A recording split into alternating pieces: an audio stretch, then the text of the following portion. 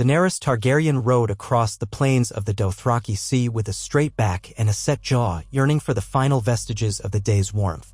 The sun dipped low, turning the grasslands the color of molten gold. Her silver horse carried her more gently than she would have expected from such a powerful mount. Some nights, she thought that her silver was the last living creature in this world that understood her burdens. It was early in her marriage to Khal Drogo, and she still remembered the strange mixture of dread and wonder at the gifts she had received as his Khaleesi. In some far-flung corner of her mind, she retained a flicker of hope that one present in particular would be her key to a new beginning. 3 petrified dragon eggs, they had told her, eggs that should have been no more than relics from the ancient days of her ancestors. Once they had sat in a gilded chest, polished and revered.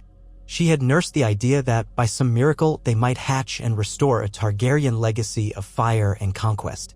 But the dream had burned away along with the eggs themselves, stolen in the night by men whose faces she never saw. The entire Khalasar had woken to the shriek of frightened horses. By dawn, the chest was gone. At first, she could not breathe. She remembered pressing her palms against her thighs, teeth set so hard they made her jaw ache, tears blurring her sight. The prospect of carrying real Targaryen dragons into the world had sustained her through days of doubt, through her brother's humiliations, through her confusion at the Dothraki customs. When those eggs vanished, impossible to recover, it seemed she felt as if some tether to her ancestors had been severed. Ser Jorah Mormont could not find them, nor the swiftest riders of the Khalasar. The trail vanished into the labyrinth of desert rock and coastal edges. Rumors suggested pirates or sly merchants had orchestrated the theft to auction them in secret. Others whispered that the eggs had been destroyed for some unknown reason, perhaps out of fear of what they might become if they were truly more than stone. Weeks turned into months, and Daenerys was forced to set aside that heartbreak. There were other concerns: her brother's unceasing demands, her husband's unpredictability, and her own uncertain place within the Dothraki world. Viserys had been incandescent with rage when the theft was discovered. "You let them be taken from right under your nose," he'd snarled, voice spitting venom as if she had conspired to lose them. He had always believed those eggs to be the ultimate symbol of their birthright, a step closer to the Iron Throne he coveted. She could see the raw madness burning behind his eyes every time he mentioned them. But he had lost the eggs as much as she had. There was no difference between them, both Targaryens, both powerless in the face of this calamity. Every morning that Daenerys woke to the emptiness of her tent and the memory of her stolen legacy, she understood a lesson about life in the Dothraki Sea. Survival demanded a turning of the page. Grief had no place here if it lasted too long. Strength was tested every day, and it was no excuse to remain lost in longing for what was gone. When she took Khal Drogo's child in her womb, she began to see her new path forming. The eggs had been a dream of dragons and fire, the memory of Valyria's greatest triumphs. Yet the real gift might be in forging alliances, learning the ways of men, and using the power she had been given, her title as Khaleesi, to inspire loyalty, or at least respect, among those who might see her as an outsider. Where once she might have clung to the notion of dragons as her only advantage, she now discovered a new path, the delicate dance of persuasion. With a child on the way, she was no mere foreign queen with a tenuous claim on loyalty. She was blood of the Khal, mother to a future stallion who might be promised to unite the Dothraki. Perhaps that alone could be a formidable route to power, if she had the wit to hold it. Her first act of true diplomacy came unexpectedly one evening. Weary from a long day of riding and pregnant enough to feel the child shift inside her, she settled by the Khalasar's communal fire. The Dothraki as a people were not known for formal treaties or the polite overtures of courtiers in Westeros. Yet Daenerys had begun to see how important it was to learn the unspoken customs of trust and courtesy in their world. She had gently insisted on inviting the wives of Drogo's most influential bloodriders to dine with her, guiding them toward a conversation that felt as intimate as it was strategic. She admired their braided hair, asked about their children, listened as they spoke of the old ways of the Dothraki. In turn, she offered her stories of Westeros, describing the narrower streets of King's Landing, though she herself had only the faintest child's memory, the red walls of the Red Keep, the smell of lemon cakes. She wove them an image of the strange world across the sea that might one day be within their grasp. In that hour, she discovered she could capture attention not just with a regal bearing or a Targaryen name, but with empathy, curiosity, and generosity. By the time the moon rose above the plain, the women were laughing and leaning into Daenerys's gentle questioning, revealing small secrets about their husbands' loyalties, their fears, and the shape of the future they imagined for their people. She did not yet realize what a dangerous thing it was to know the hearts and secrets of others. Jorah Mormont, who hovered at the edge of the fire as her faithful guardian, took her aside afterward. "You must be careful, Khaleesi," he'd murmured. "In these lands, trust is a precious currency, and it's easily spent. Their words may be honey tonight, but tomorrow that sweetness could turn to acid if they believe you misuse their confidences." But Daenerys had only smiled, a small, uncertain smile, yet one filled with quiet determination. "I do not intend to misuse their trust," she said. "I intend to bind them to me, Ser Jorah, so that one day they will follow me not because they must, but because they wish to." That new sense of purpose grew in her. She began to observe Khal Drogo more intently, learning how the great Horse Lord wielded his power among his people. His savage prowess in battle was legendary, but Daenerys saw that he also had a deep respect for Dothraki tradition. He participated in every important ritual, the naming ceremonies of infants, the sacrifices made under the full moon, the sharing of salted horse meat that signified the forging of alliances. He was not a man who wasted words, but his presence alone commanded absolute devotion. Daenerys realized that power did not always need to roar. Sometimes it was as silent and implacable as a thunderclad gathering on the horizon. She tried to emulate a gentle version of that presence, and in doing so, she became more than a frightened young girl traded off by an ambitious brother. The Khalasar began to call her the blood of the dragon, but they said it in hushed, almost reverent tones rather than in the mocking or doubtful way some of them had once used. Viserys, for his part, grew restless, anxious to leave these savage lands and sail west to reclaim the Iron Throne. He sneered at every attempt Daenerys made to adapt. He ridiculed the way she dressed in the flowing Dothraki attire, dismissing her new skills in horseback riding or the Dothraki tongue. "You were born to be a queen, not a horse lord's bride," he told her bitterly in one of his simmering tirades. "Your only purpose here is to secure Drogo's army so I can seize my destiny. Remember that, sister. The Targaryen name belongs to me." Daenerys did not argue, but in the privacy of her thoughts, she grew ever more convinced that Viserys lacked the temperament to lead. He had the name but not the grace or the mind to wear a crown. Still, she held her tongue, afraid that if she so much as breathed a word of doubt, Viserys would harm her, or the Khalasar, or perhaps even himself. The stolen eggs were like a wound he would not let heal.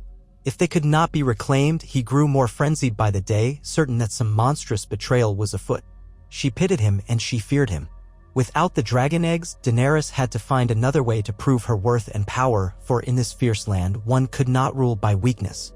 She began to negotiate small matters among the Khalasar, disputes over stolen horses, arguments over spoils of minor raids, conflicts between families.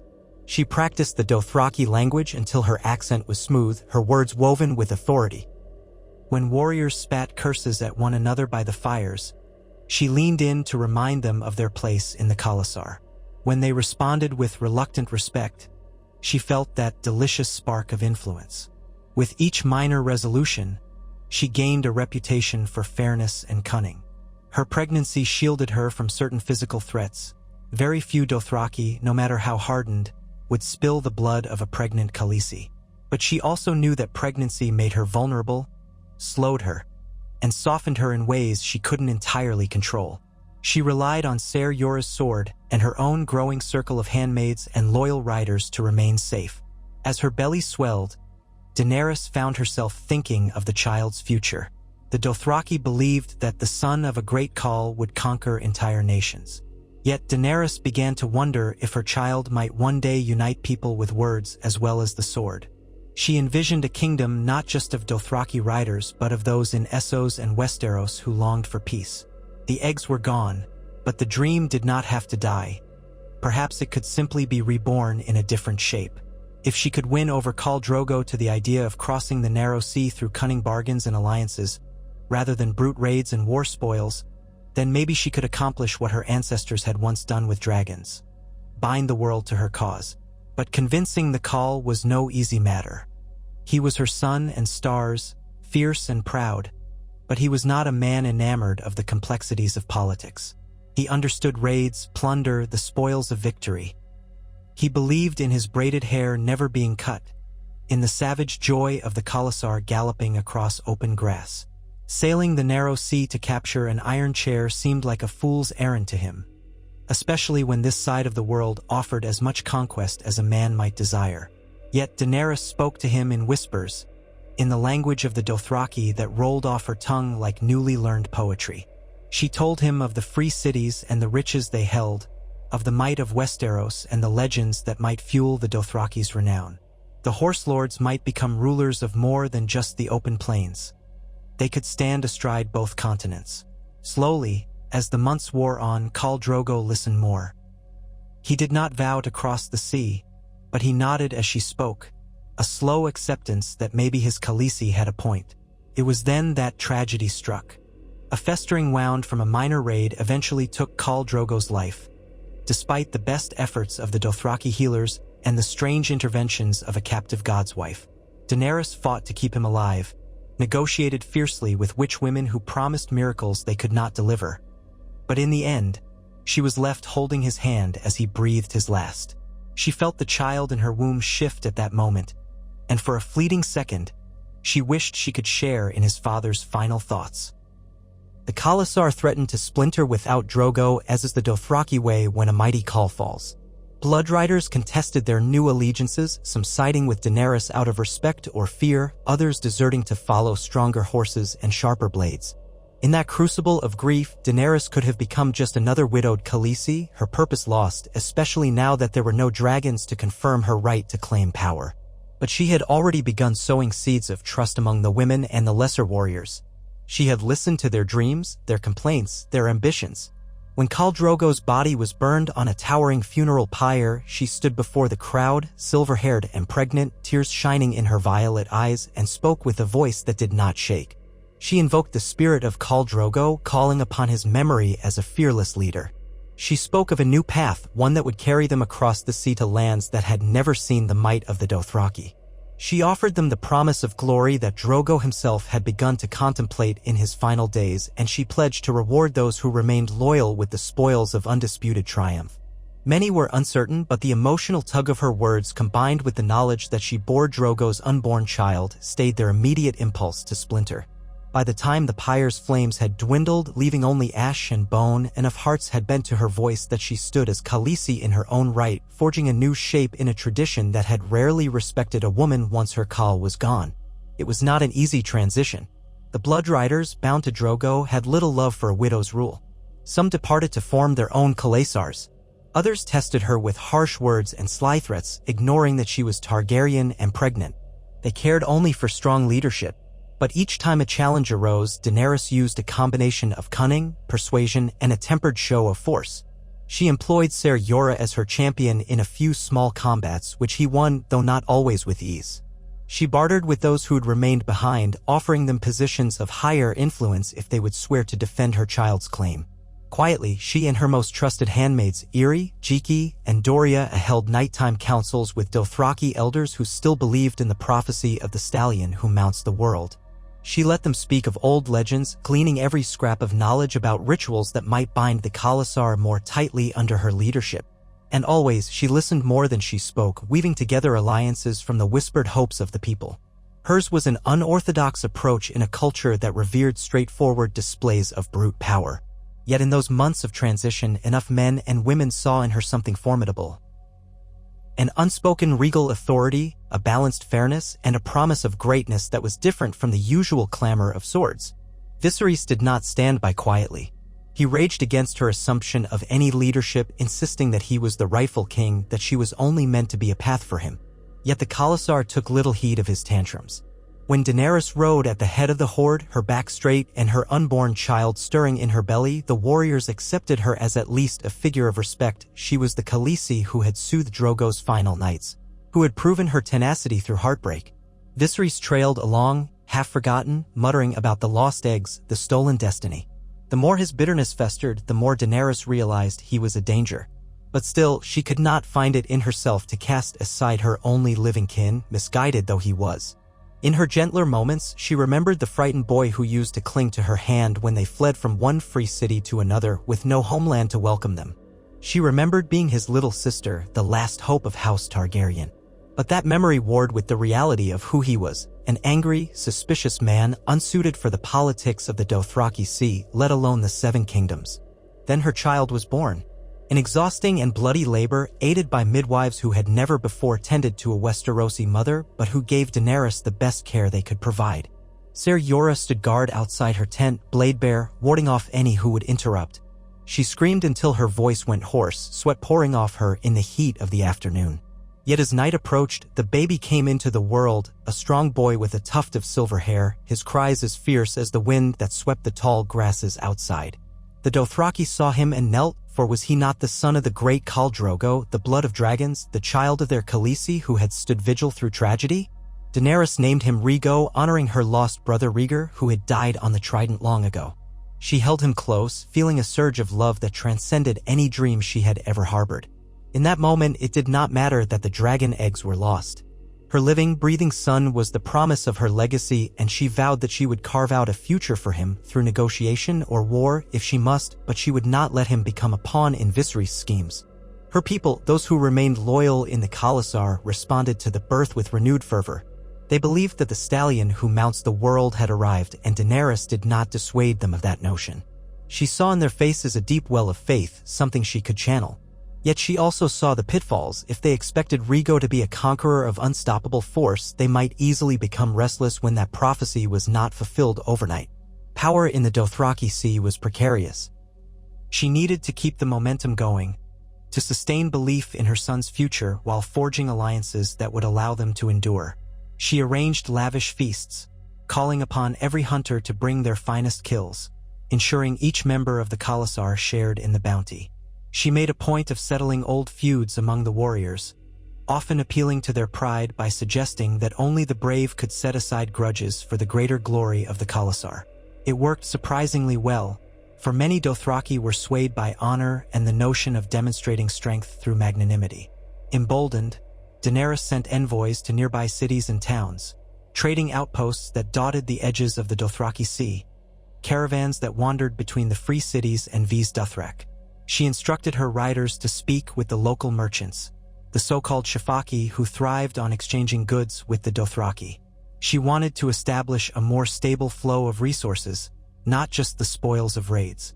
Most traders feared or despised the Dothraki for their raiding habits, but they could be enticed by the promise of safe passage and guaranteed profit. If Daenerys offered protection for certain caravans, they in turn might sell their wares at fairer prices, or provide valuable goods, grain, medicinal herbs, forging supplies for the Khalasar. It was a diplomatic venture nearly unheard of among the horse lords, who typically saw foreigners only as potential prey or sources of tribute. Yet Daenerys, with Ser Jorah's help and her own quiet cunning, began to shape an alternative approach, a reciprocal relationship built on bargains rather than brute force. It was fragile, easily disrupted if a few Dothraki warriors decided to revert to old ways, but it was a start. In these negotiations, Daenerys discovered a sense of agency that startled her.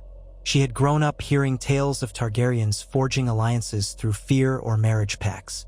She had expected that her path to power would mirror that, intimidation by dragons or a convenient betrothal. But now, with no dragons and no living brother whose marriage plans could bolster her cause, she found a measure of freedom in shaping her own deals. She did not see it as weakness. On the contrary, forging a web of friendships and treaties might prove stronger than relying on mythical beasts alone. Word began to spread, quietly at first, that there was a new Khaleesi among the Dothraki who was not content merely to pillage. She was forging something novel, an idea that the horse lords might function as part of a grander political stage rather than always remaining outsiders that others dreaded.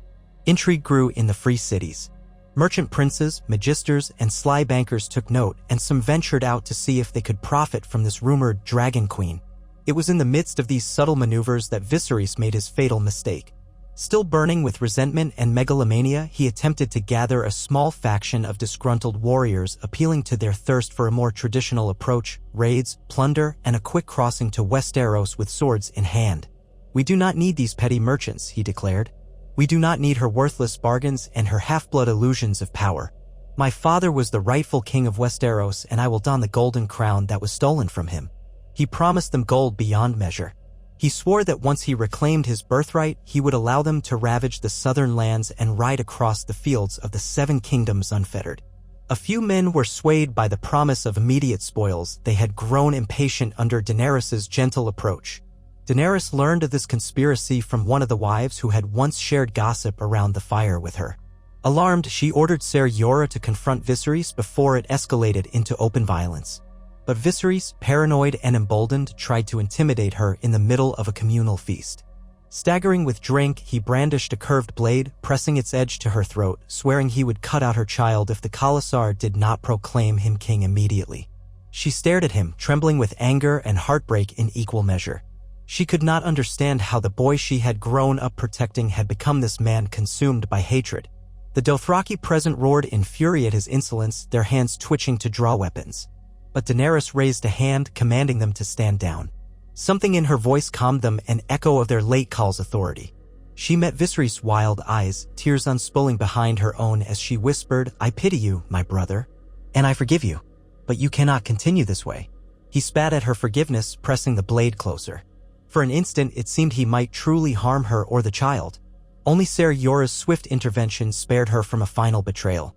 The Khalasar demanded a blood price. They wanted the man who threatened their Khaleesi's life to pay, and pay dearly. Daenerys was faced with a decision that would define her. Would she uphold the Dothraki's savage code of vengeance, or would she show mercy to her own blood? In the end, she resolved that mercy for Viserys could doom them all. He had proven repeatedly that he would not stop until he seized what he believed was his right. Yet she could not watch him be butchered. Instead, she summoned what authority she possessed, demanding that Viserys be banished from the Khalasar. She commanded that the men who followed him be given a choice: swear loyalty to her and live, or ride off with Viserys to whatever fate awaited them beyond the horizon. Most stayed. A handful rode off with Viserys. She watched them vanish into the shimmering grass, neither blessing them nor cursing them, but feeling the sting of betrayal etched into her heart. She was alone now, the last Targaryen among her people. In her quiet moments, she wondered whether the theft of the dragon eggs had forced her down this path, one that might, in the end, be kinder to the world. Without dragons, she had to rely on words, compromise, and strategic alliances. She had discovered her own strength in forging unity. If she had possessed the might of dragons, she might have torched cities to gain what she wanted, or relied solely on fear to bend others to her will. Perhaps this was the better way. She clung to that thought, especially on those evenings when doubt gnawed at her insides. She was young, leading a people who were half convinced of her destiny and half stubborn in their traditions. She had the monumental task of sustaining their loyalty, and she had no illusions that a single misstep could cause it all to crumble. The Dothraki were not known for patience. If the promise of crossing the sea did not bear fruit soon, restlessness could boil over. Moreover, her child's safety was always at the forefront of her mind. Rhaego was no more than a newborn, helpless yet also a symbol of prophecy. If a challenger saw him as a threat, they might strike at him to undermine her rule. Over the next year, Daenerys put her negotiations into full swing, traveling with the Khalasar through the trade routes near Vis Dothrak and beyond. She established a cautious alliance with the Magister in Pentos, Illyrio Mopatis, who had once given her and Viserys refuge. He was rumored to be involved in all manner of underhanded dealings, but for a price, he was willing to supply her with ships if she ever decided to sail west. In exchange, he wanted exclusive rights to certain trade along the newly pacified Dothraki territories. Daenerys listened carefully, aware that she was dancing with a viper, but also recognizing that Pentos offered the nearest launching point across the narrow sea. She bartered for steel weapons, for healing potions, for items that could bolster her people's sense of security. And she promised that if and when she traveled to Westeros, she would remember her friends in Pentos. Her word became her bond, and that was new for the merchants who had only dealt with the Dothraki through fear. They did not fully trust her, but they saw potential profit in building this tenuous relationship. For her part, Daenerys still held to the dream of reclaiming the Seven Kingdoms. She wanted more than just to claim it for herself. She envisioned a realm where her son could grow without cowering from those who might resent the Targaryen name. But she refused to do it in the way Viserys had imagined, by descending upon Westeros in a tidal wave of Dothraki plunder. Instead, she hoped to gain enough support, both from Essos and from any in Westeros who might still remember the Targaryens fondly, that she could present herself as a liberator or at least a more benevolent ruler than the usurpers who had driven her family out. She was not naive. She knew war might still be inevitable, But if she could tilt the scales even slightly away from carnage, that would be an achievement her ancestors might never have considered. Yet among the Khalasar, a seed of unrest started to sprout. Some riders grumbled that too much time was spent making deals with fat men in cities. Not enough time spent chasing glory across the plains. Others questioned whether Daenerys was truly the mother of the stallion who mounts the world, because they had yet to see any grand conquest. The Dothraki, for all their awe of prophecy, were impatient. They wanted to ride under a new Khal who would scatter their enemies like dust in the wind. Diplomacy was foreign to them, and though some recognized the practical benefits of stable trade routes and safe passage, others yearned for the wild rush of old ways. Sensing this tension, Daenerys organized hunts and allowed some raiding parties to venture out, with strict instructions not to harm those she had negotiated with. She tried to keep them occupied, yet she worried that every minor raid might unravel her carefully woven alliances. She walked a fine line, torn between her promise to build a new future and the reality that the Dothraki would not abandon their core traditions overnight. It was a dance as dangerous as any battle, but it taught her resilience and adaptability. Just when she thought she had found a tenuous balance, news came that a group of slavers was brazenly operating near the borderlands. They had captured dozens of travelers, including some from the trade caravans under Daenerys' nominal protection. Outraged, she assembled a cadre of her fiercest riders and rode out, determined to confront these slavers and free their captives. She remembered what it felt like to be powerless under someone else's control. She would not allow such a fate to befall those who traveled under her shield. When they found the slavers, the men sneered at her demands that they release their prisoners. They taunted the silver-haired girl who thinks she's queen of this sea, threatening to sell her as a bed slave herself. The Khalasar bristled, their bloodlust ignited. Daenerys tried once more to reason with the slavers, offering them gold if they relinquished their captives. But the slavers only laughed, until one foolish man lunged forward, a whip snapping toward Daenerys. In a heartbeat, one of her loyal blood riders plunged a spear into the slaver's chest. The short, savage confrontation that followed was a blur of hooves and screams. Daenerys' riders cut down the slavers with brutal efficiency, though a few of her men were slain in the melee. When the dust cleared, Daenerys surveyed the carnage with grim eyes, her heart pounding. She had hoped to avoid bloodshed by negotiating, but she saw there had been no other way. These men understood only violence, and they had threatened everything she was building. As she freed the captives' ragged, terror-stricken souls, she felt an unexpected surge of pride. This, too, was a form of diplomacy, protecting those who had placed their trust in her. She gave them the choice to stay and join her Khalasar or leave. Many, grateful, chose to ride under her banner, swelling her ranks with fresh hearts who believed in her cause. Others departed, but they carried stories of how Daenerys Targaryen defended her people.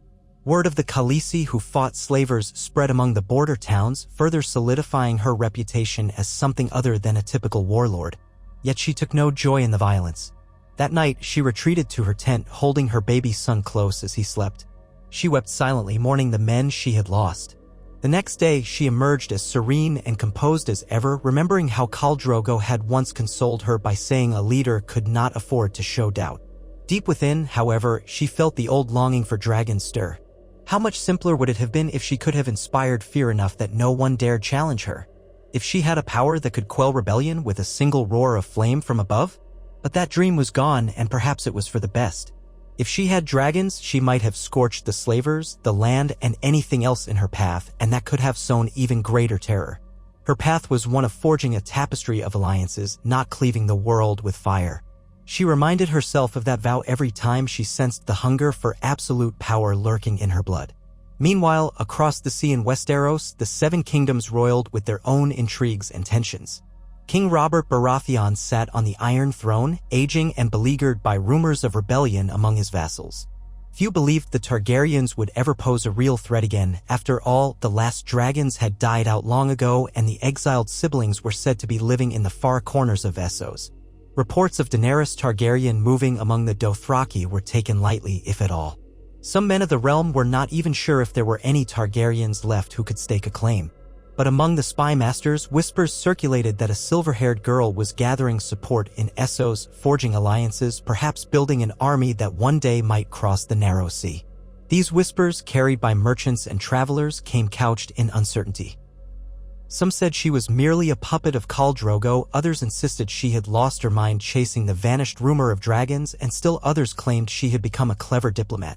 The small council in King's Landing paid little heed, save for the Master of Whispers, who kept a subtle watch. No one truly believed that this Targaryen girl could challenge the might of the Seven Kingdoms without dragons. And so they carried on with their petty machinations, underestimating the slow tide building on the eastern horizon. Daenerys knew the day would come when she must sail west to stake her claim. The Iron Throne still sparkled in her imagination, not because she lusted for the trappings of power, but because she believed she could restore the Targaryen name to its rightful seat, this time under a rule shaped by empathy and unity rather than tyranny. But she refused to let that day come before she was ready. She had an infant son and an untested khalasar. She needed to consolidate her alliances, prove her leadership, and secure enough resources to survive a potential war in Westeros. She had no illusions that the lords of the Seven Kingdoms would welcome her with open arms. So she planned carefully, step by step. She sent emissaries to Qarth, braving the labyrinthine politics of the so-called greatest city that ever was or will be.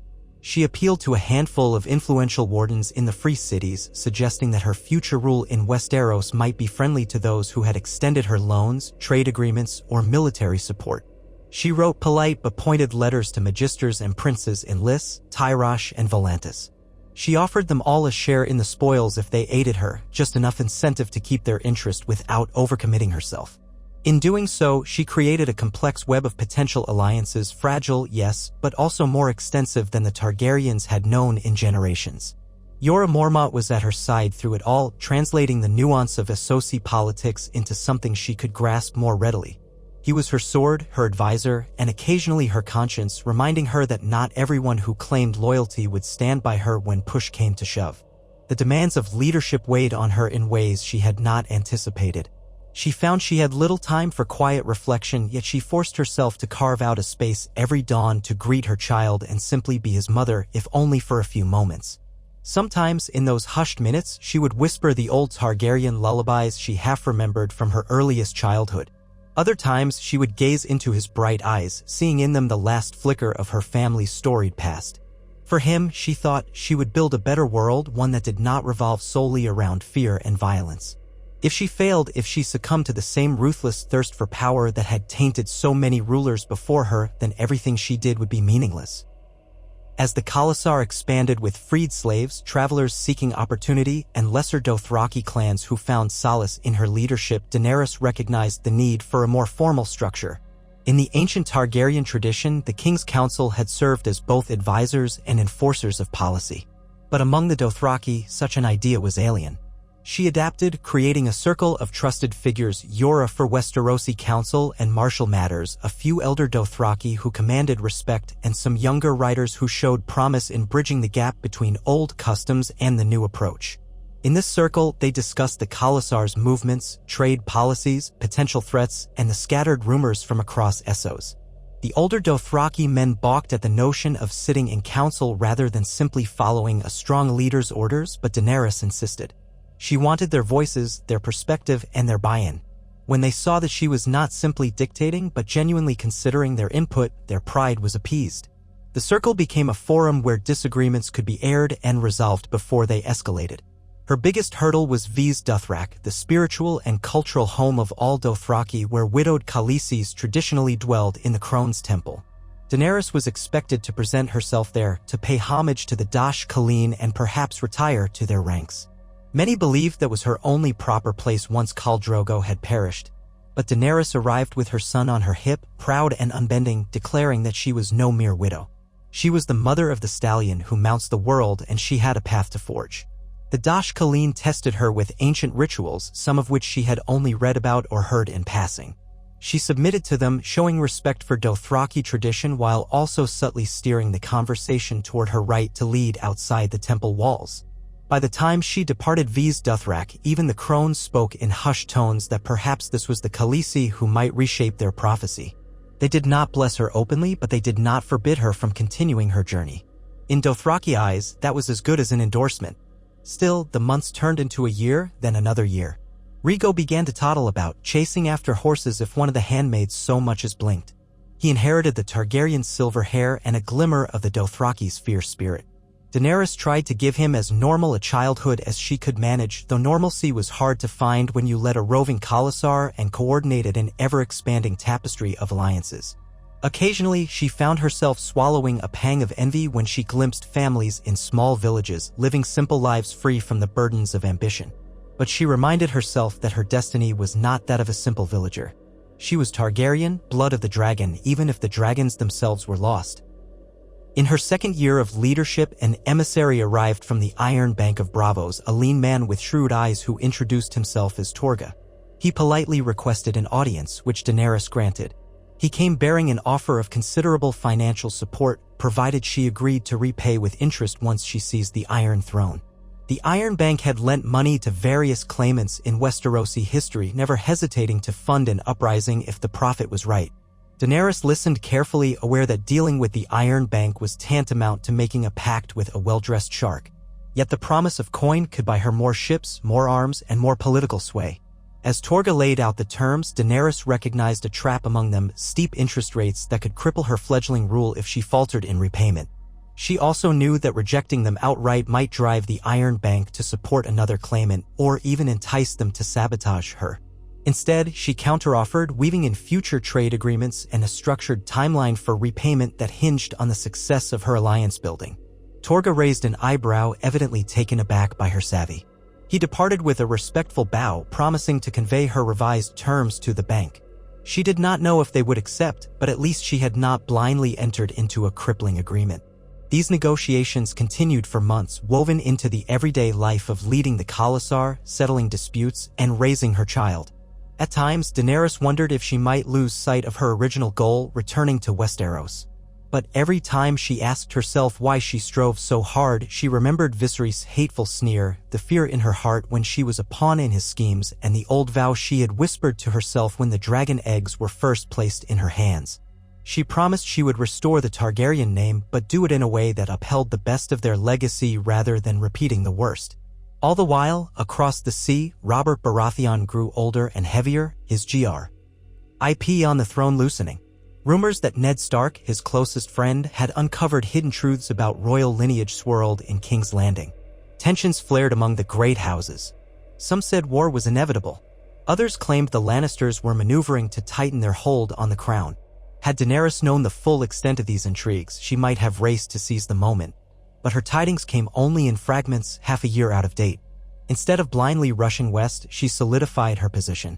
By the time she finally felt confident enough to make plans for a crossing, her networks in Essos had grown strong enough that she could field a small but well-equipped army, no longer just wild Dothraki riders, but also freed slaves who believed in her cause. Mercenaries who had signed contracts because of the stable pay and prospects of victory, and the merchant allies who had vested interests in seeing her succeed. It was during one of these final planning sessions that she received a message from a masked courier. The note inside contained only a few words: "They have been found." It referred to the dragon eggs. Her heart lurched. All these years, she had believed them lost forever, stolen, and perhaps destroyed. Now, someone claimed to have located them. A swirl of emotions enveloped her: anger, hope, uncertainty. So many times she had dreamed of them hatching, believed that a sign from the gods might return the Targaryen birthright. But she was no longer the wide-eyed girl who pinned her destiny on dragon eggs. She was a woman who had built her own power base through diplomacy and alliances, forging a path forward that did not rely on mythical beasts. In that moment, she felt torn. The eggs represented the old dream, one that could either catapult her to unstoppable greatness or threaten to derail everything she had carefully built. The note suggested a rendezvous in a remote desert city if she wished to see them with her own eyes. Yora and the others were immediately wary, suspecting a trap by enemies who might want to lure her away from the safety of her Khalasar. Daenerys recognized the risk, but she also recognized the cost of leaving the eggs in the hands of whoever had them. They might use them to manipulate her, or worse, try to awaken them for themselves if the legends were true. She still bore the blood of the dragon, and that gave her a certain intangible connection to her ancestors' legacy. If dragons were to be reborn, it should be through her, not by the hand of some cunning opportunist. After careful deliberation, she decided she would go, but with a small, select escort prepared for any deception. The day before she departed, she walked among her people, Rigo clinging to her leg, babbling in a mix of Dothraki words and the few bits of common tongue he had picked up. She told the elders she would return soon, that this journey was crucial for the future. They nodded, trusting her, though some grumbled at her secrecy. She left a strong figure in charge, an older woman named Harka, once wife to one of Drogo's most respected bloodriders, who had proven loyal and wise in the months since. Daenerys embraced her son, pressing a kiss to his brow, then entrusted him to a cluster of handmaids she trusted with her life. She promised him she would be back with stories to tell. The child smiled, oblivious to the weight on her heart. Would this quest for the eggs throw everything into chaos? Riding out with Ser Jorah and a handful of skilled riders, she crossed the arid sands north of Lazer, heading toward the coordinates given in the cryptic message. Each night, she debated with Jorah whether retrieving the eggs was truly wise. He argued that so much of her strength now lay in her ability to unite people without leaning on the destructive power of dragons. Did they not risk unraveling her peaceful alliances if word spread that she had real dragons, or even the possibility of them? And yet, Daenerys could not help but recall the old Targaryen motto, fire and blood. Dragons had once been a symbol of life as well as destruction, of unstoppable magic that allowed House Targaryen to build a dynasty like no other. She did not crave destruction, but she could not deny the awe such power inspired. Nor could she let them fall into the wrong hands, for that could ignite an era of chaos. The sun was high when they arrived at the rendezvous, a lonely set of sandstone ruins battered by centuries of shifting winds. They tethered their horses and approached on foot, alert for any sign of ambush. Yet all they found was a lone figure cloaked in tattered robes standing beside a worn cart. As Daenerys approached, the figure bowed low, pulling back the hood to reveal a face marked by old burn scars.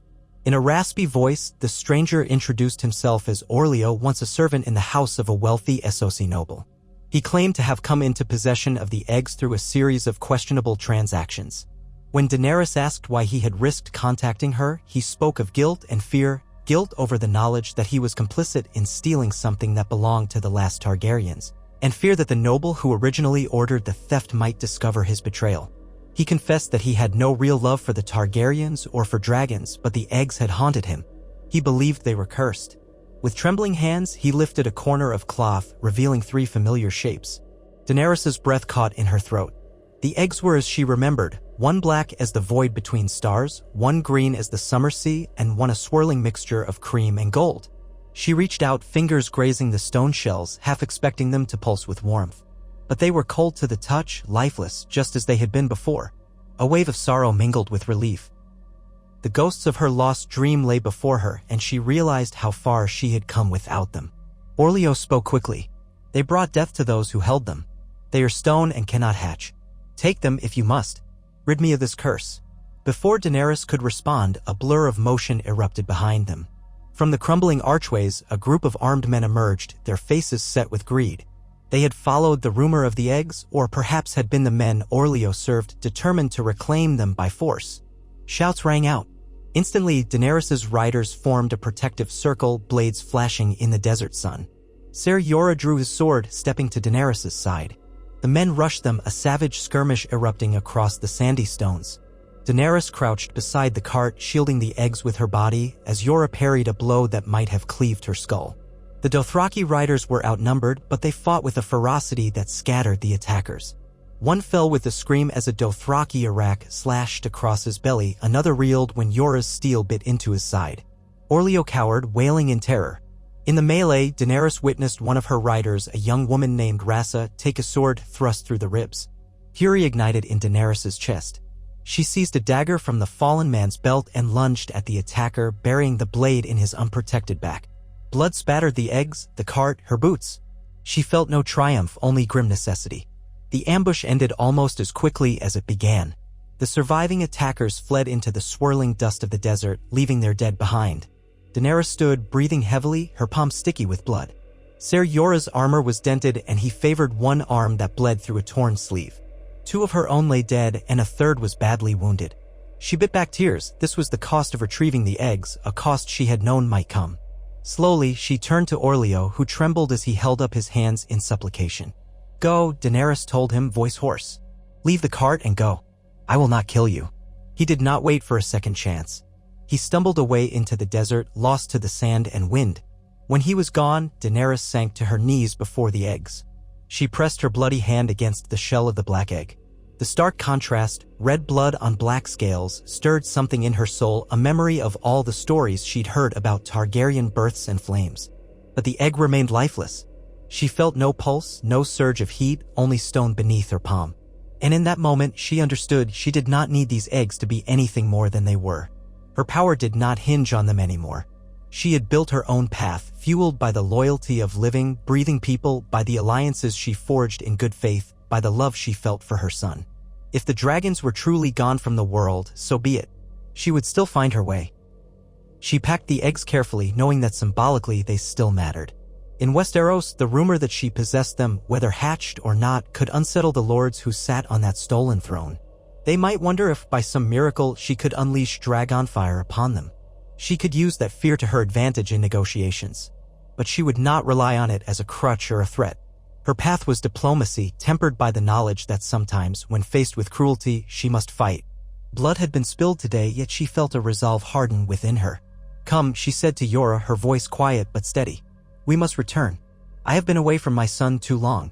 Riding back to the Khalasar with the eggs in her possession, Daenerys allowed herself to imagine the future. The day would come when she would sail for Westeros, an army at her back, not the unstoppable tide of dragonfire, but a coalition of those who believed in her cause. She would arrive not as a barbarian queen, but as a rightful ruler who carried not only the Targaryen name but also a promise of better governance. Some would still oppose her, no doubt. War might still tear through the Seven Kingdoms. But she held a weapon more enduring than Dragonflame, the faith she had earned from her followers, the relationships she had nurtured across Essos. She carried with her the memory of Khal Drogo's strength, but also the wisdom of forging unity from disparate peoples. That in her mind was a might that could endure even when dragons were but stone. When she reached the edge of her camp at dusk, her people rushed to meet her, relief and fear etched into their faces. Rhaego toddled forward, arms stretched wide, crying, "Mysa." She swung down from her horse and scooped him up, the eggs momentarily forgotten. She pressed him to her chest, inhaling the scent of his hair, the comforting warmth of a child who embodied her hope. Her heart pounded with the realization that she had not needed the eggs to be returned to her life. She had already created something new, an alliance across the grasslands, a realm built on words as much as steel. The eggs were a relic, a reminder of who she was by blood. But the woman she had become was shaped by so much more than that ancient inheritance. She was Daenerys Stormborn, the unburnt, if not literally, then symbolically. She had walked through the pyre of loss and emerged alive, forging alliances instead of relying on fire. Though the world might still know her as the last Targaryen, she had claimed an identity far richer and deeper than any single name could hold. That night, she gathered her advisors and key warriors around a blazing fire. She told them briefly of the ambush, the blood spilled, and the retrieval of the eggs. Some let out gasps of awe or dread at the sight of those ancient relics, glimmering with a faint sheen in the firelight. Daenerys watched the flicker of reflection in their eyes, glimpsing the swirl of emotions. Fear, curiosity, reverence. The old legends about dragons had taken root in these lands long before. Now, to see the eggs in the flesh was to confront a half-forgotten myth. She spoke calmly, reminding them that these eggs did not hatch for her then, and may never hatch. "What matters more," she said, lifting her gaze to her people, "is the bond we have forged. The eggs are stone. It is the living who will triumph or fall. I am blood of the dragon, yes, but my power rests in your loyalty, and in the alliances we have built together." The hush that followed her words was profound. The crackle of the fire was the only sound. She allowed the eggs to remain on display for a short while, a tangible reminder of House Targaryen's ancient heritage, then had them stored away under vigilant guard. She did not glorify them beyond measure. They were important, but they were not everything.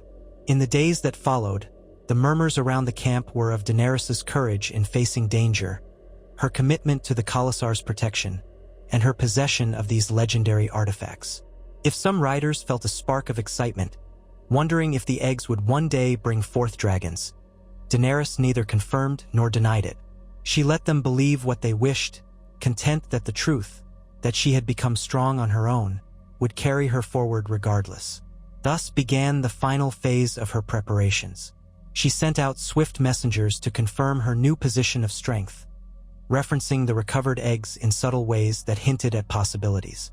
She had no intention of deceiving her allies with false promises of living dragons, but she knew how rumor could be leveraged in politics.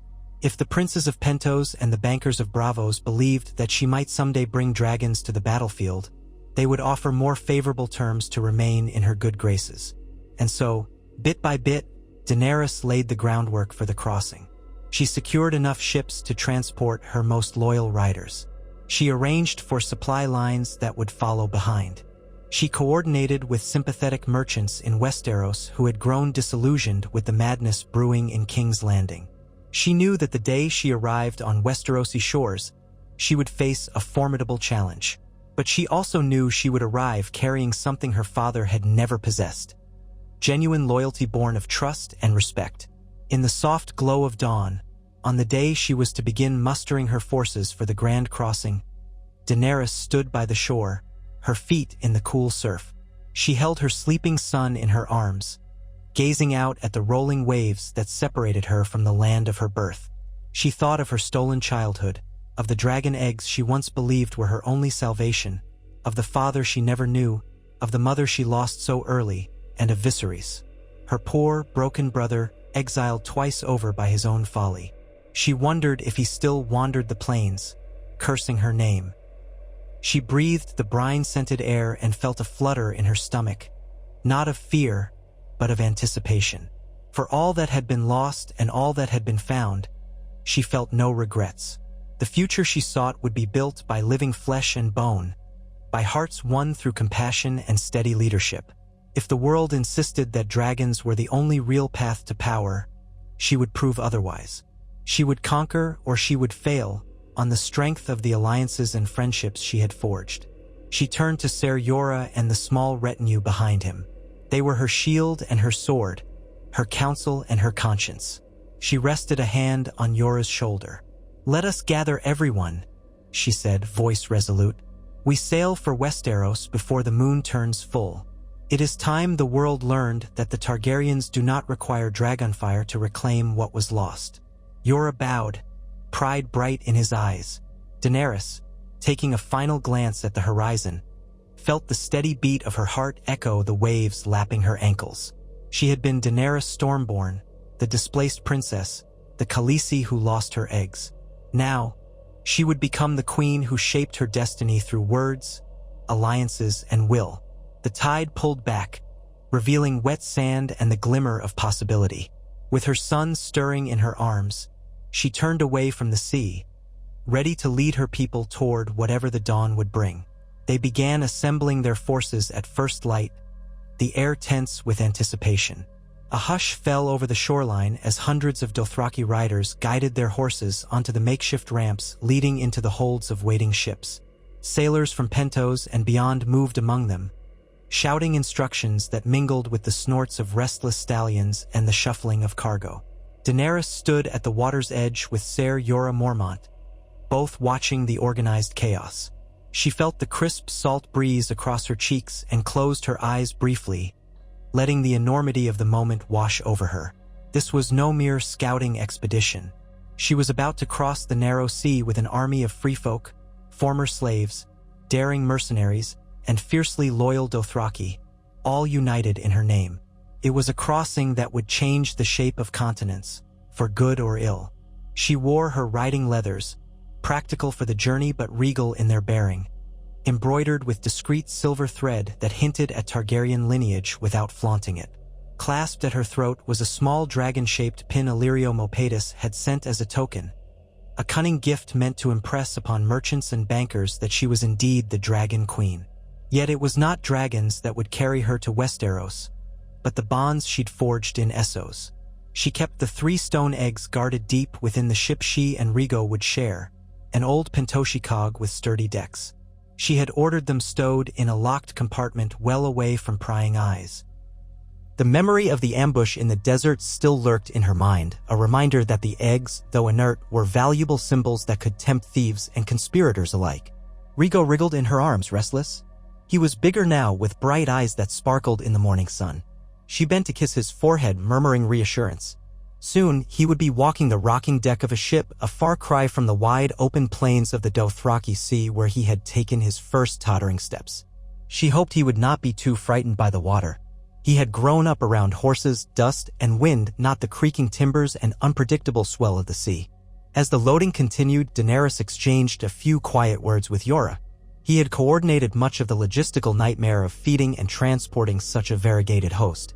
Without him, she could never have convinced so many to set aside their misgivings about sea travel, especially the Dothraki, who despised the idea of crossing the poison water.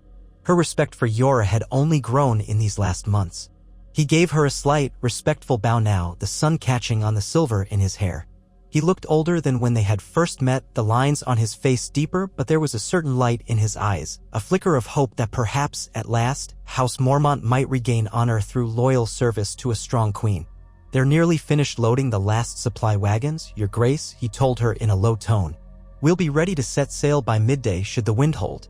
"Thank you," she replied softly, mindful of those around them even as they all bustled with tasks. "We must leave before any curious spies come to confirm our departure. I will not give King Robert the satisfaction of a preemptive strike on us." Yora nodded in agreement. "We'll need a swift voyage. By Illyrio's reports, trouble brews in Westeros. The king's health is not what it was. If a succession crisis looms, your arrival might be well-timed." She inclined her head, though her thoughts were already racing to Westeros, a continent she had not seen since infancy, a land she had once belly. Eve could only be reclaimed by hatching dragons. Now, she came wielding alliances and promises, hoping that would be enough to secure a foothold. With that, she joined her Khalasar at the edge of the makeshift dock, letting the Dothraki see her calm face. They were accustomed to reading every flicker of emotion on a leader's features, and she wanted them steady for the crossing. She was their Khaleesi, the mother of the stallion who mounts the world, though that prophecy still lay uncertain in the minds of some. She gave the sharp call that signaled it was time. Amid snorts and the stamping of hooves, the last of the horses were coaxed up the ramps, each step onto the wooden deck accompanied by anxious whinnies. When the sun had climbed higher, illuminating the turquoise-blue stretch of water, Daenerys boarded her own vessel, Rigo toddling at her side. Irri and Jiki, her ever-faithful handmaids, were close behind, gently guiding the child or carrying him when he became too fascinated by the unfamiliar rocking beneath his feet. The sails were unfurled, bellies filling with the wind that smelled of salt and brine. A hush of awe passed through the Dothraki as the ship began to move, the water dark and mysterious on all sides. Daenerys found herself at the prow, gripping the railing, her hair whipping across her face. Somewhere inside her, anxiety warred with exhilaration. She was truly crossing now, forging a path back to her family's stolen throne. No more delays, no more half-measures. It was all happening under the bright glare of day, with no illusions left. She had her son, her people, and her own will. There were no illusions of hatched dragons to chase. She felt a tiny hand tug at her leg. Rigo was reaching up, his other arm outstretched as if wanting to grab the sky. She lifted him so he could see over the rail. His small face was full of wonder, and the sight of it made her smile. If for nothing else, she would do this for him, to give him a home not built on shifting sands or the precarious pacts of foreign princes. He deserved a legacy that honored both his father's fierce traditions and his mother's determination to lead through unity rather than fear. The days at sea tested the patience of the Dothraki. Though Daenerys had purchased the assistance of seasoned sailors, no ship could fully calm the primal dread some riders felt at being on water so deep that no horse could gallop across it. Boredom set in for those with no tasks but to wait. Irritability flared. A few minor brawls broke out in the cramped holds before Yora had them quelled. Daenerys spent many hours walking among the men, speaking soothingly, reminding them of the glory that awaited on the far shore, praising their courage for undertaking this alien journey. She gave small tasks to the restless, watch duties, caring for the horses, even letting them chop vegetables in the makeshift galley if it kept their hands occupied. Meanwhile, she kept a close eye on Rigo, who took delight in every rope, barrel, and piece of rigging he could tug on or climb. It was near the end of their second week at sea that the small fleet rounded a rocky headland and spotted land in the hazy distance. Daenerys stood at the prow, heartbeat quickening as she studied the coastline. This was Westeros, drier and craggier in the south than she'd imagined, but no less significant for it. She had, of course, read and heard that the coastline of Dorne was marked by sun-baked cliffs and shimmering dunes. Yet seeing it for herself felt surreal. The ships pressed on, guided by the best charts Illyrio could provide. They aimed to land at a secluded cove rumored to be little watched by the local lords. She did not want to storm a populated port, not yet.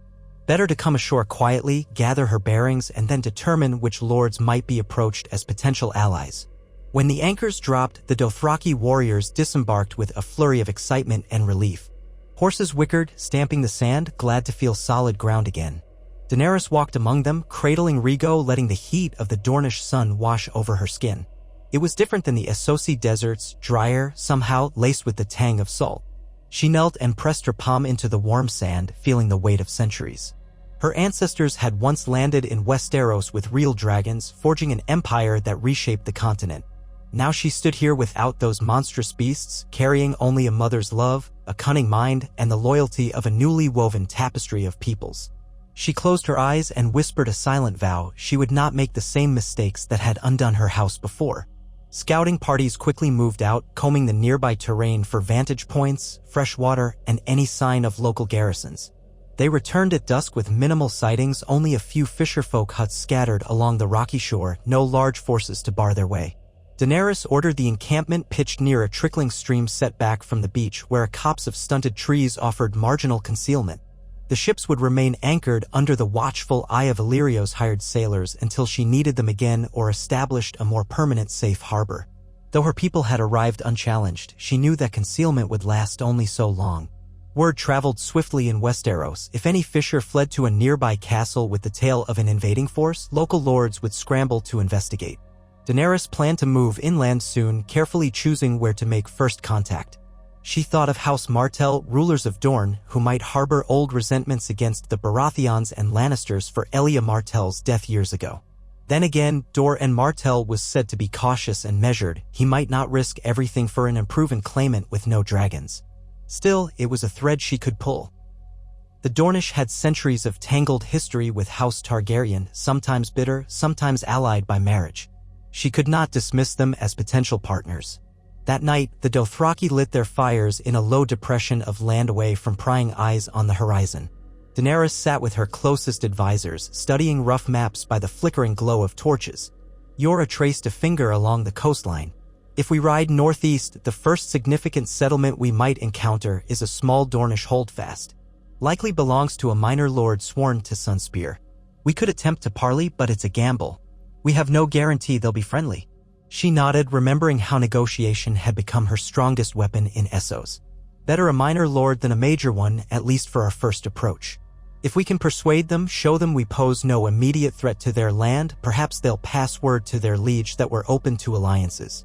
I won't allow my people to starve here on the coast, so we must secure supplies soon.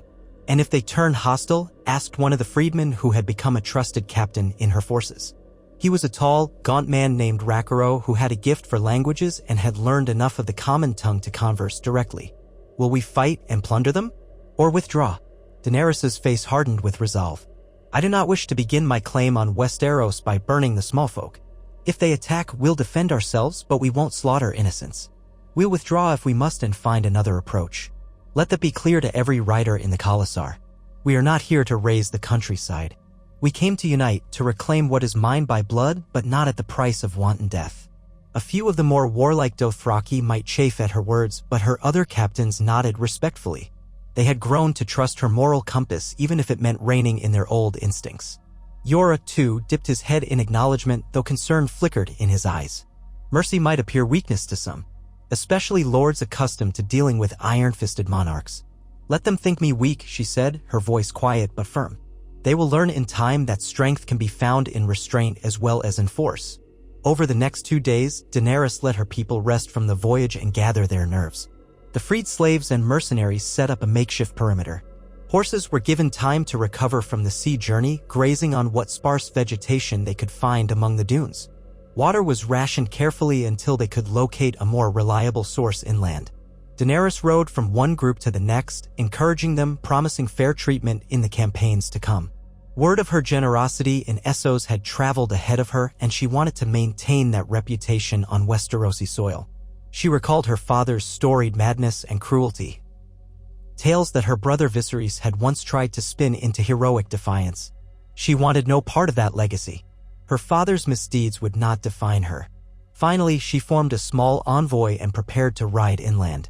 She left behind the bulk of her host so as not to alarm the local lords with an overwhelming show of force. A dozen Dothraki riders, Yora and 2 of her freed captains accompanied her. The rest waited, armed and ready in case anything went awry. As Daenerys mounted her horse, a sturdy sand-colored mare gifted to her by one of the Lazarene she had freed, she felt a ripple of anticipation. Rhaego was safe in camp with Irri and Jiki.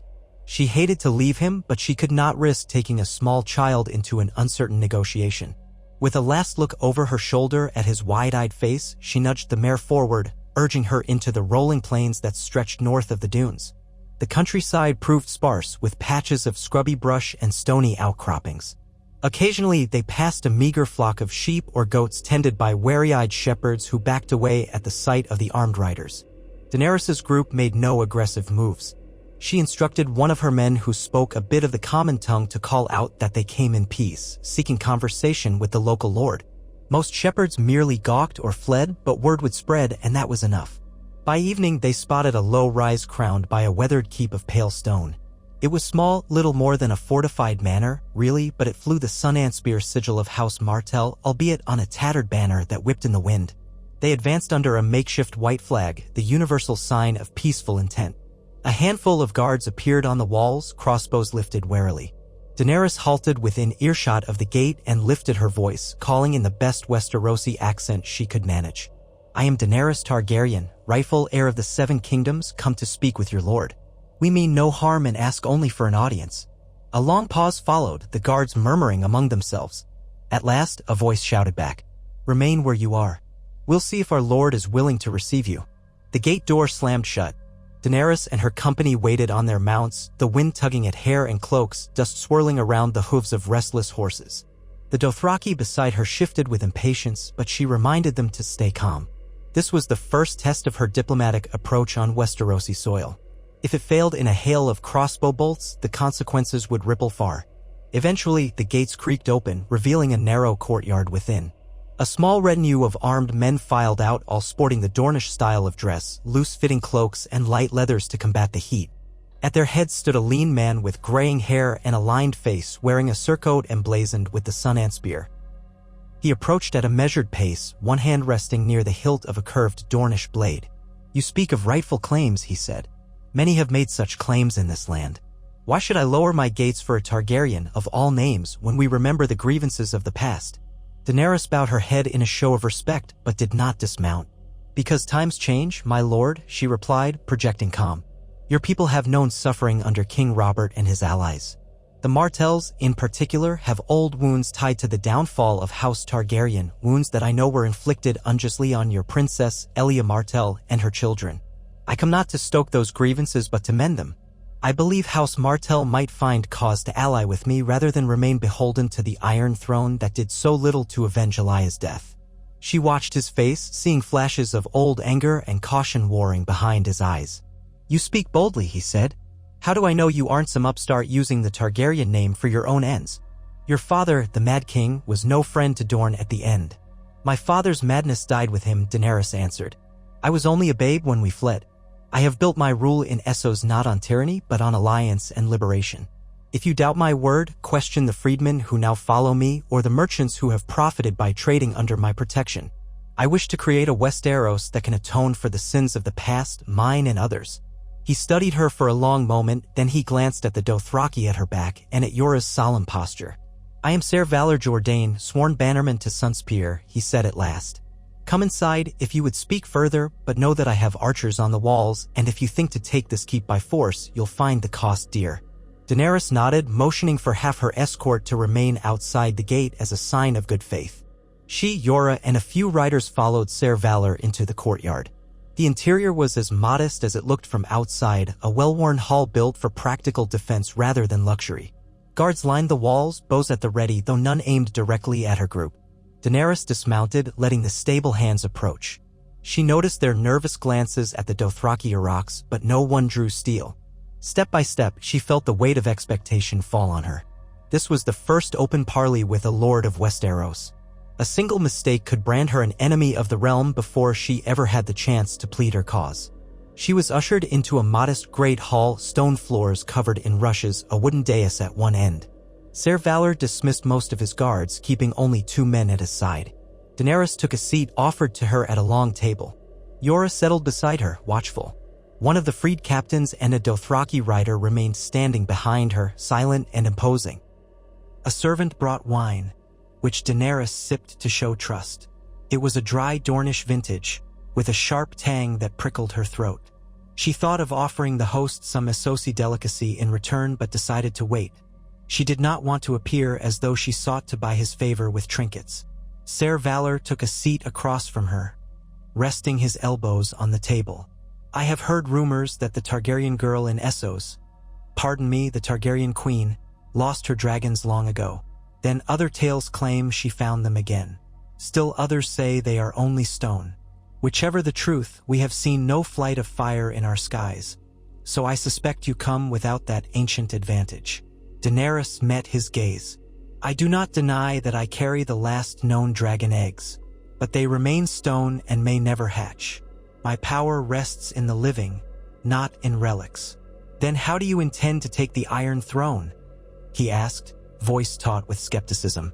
Baratheon usurped it through war. If you mean to reclaim it, must you not do the same? I have no illusions, she replied. War may come, but I would prefer it did not begin here in Dorne. I have come to offer alliance. If House Martell is open to a conversation, if Prince Doran is willing to consider the benefits of supporting me, then I would ride with Dornish banners at my side, not against them. House Martell has old ties to Targaryen blood and good cause to see King Robert's line toppled. I know that the Lannisters were never punished for their part in Princess Alia's murder. Let us find common ground. Ser Valor studied her in thoughtful silence. Daenerys forced herself to remain composed, her back straight. There was truth in her words. The Martells had reason to resent the ruling Baratheons and Lannisters. Yet she needed more than shared grudges to sway them. She needed to prove she was not a second coming of her father, nor an impulsive pretender like her brother Viserys. If I take you at your word, Ser Valor said slowly, and send riders to Sunspear with news of your arrival, it could take weeks to receive a response. What will you do in the meantime? Camp on my doorstep. Daenerys knew she could not linger indefinitely. The rest of her host waited on the coast, provisions dwindling. If you grant me leave to shelter near your borders, without causing alarm among the small folk, I'll consider that a sign of good faith. In return, I will not hinder your roads or fields. We'll even pay for any supplies we need. My goal is not to plunder or take hostages. Let Prince Doran decide if he wishes to treat with me properly. And if he refuses, she did not flinch. Then I will depart Dorne and seek other allies who might be more willing to shape the future with me. I cannot force him to align with me if he does not see the value in it. I only ask for a chance to prove my intentions. Ser Valor inhaled slowly, glancing at Yora, then at the stoic Dothraki. I can offer no guarantee on Prince Doran's behalf, but I see no harm in at least informing him that you have arrived, and that you claim to come in peace. If he rejects your overture, I'll expect you to move on without aggression. Daenerys inclined her head. Agreed. A flicker of relief touched the older knight's features, as though he'd been dreading the possibility of bloodshed. Then I'll dispatch riders by dawn. In the meantime, you may encamp a half-day's ride from here, near the old orchard by the stream. My men will keep watch from a distance. I trust you'll not push any farther inland without leave.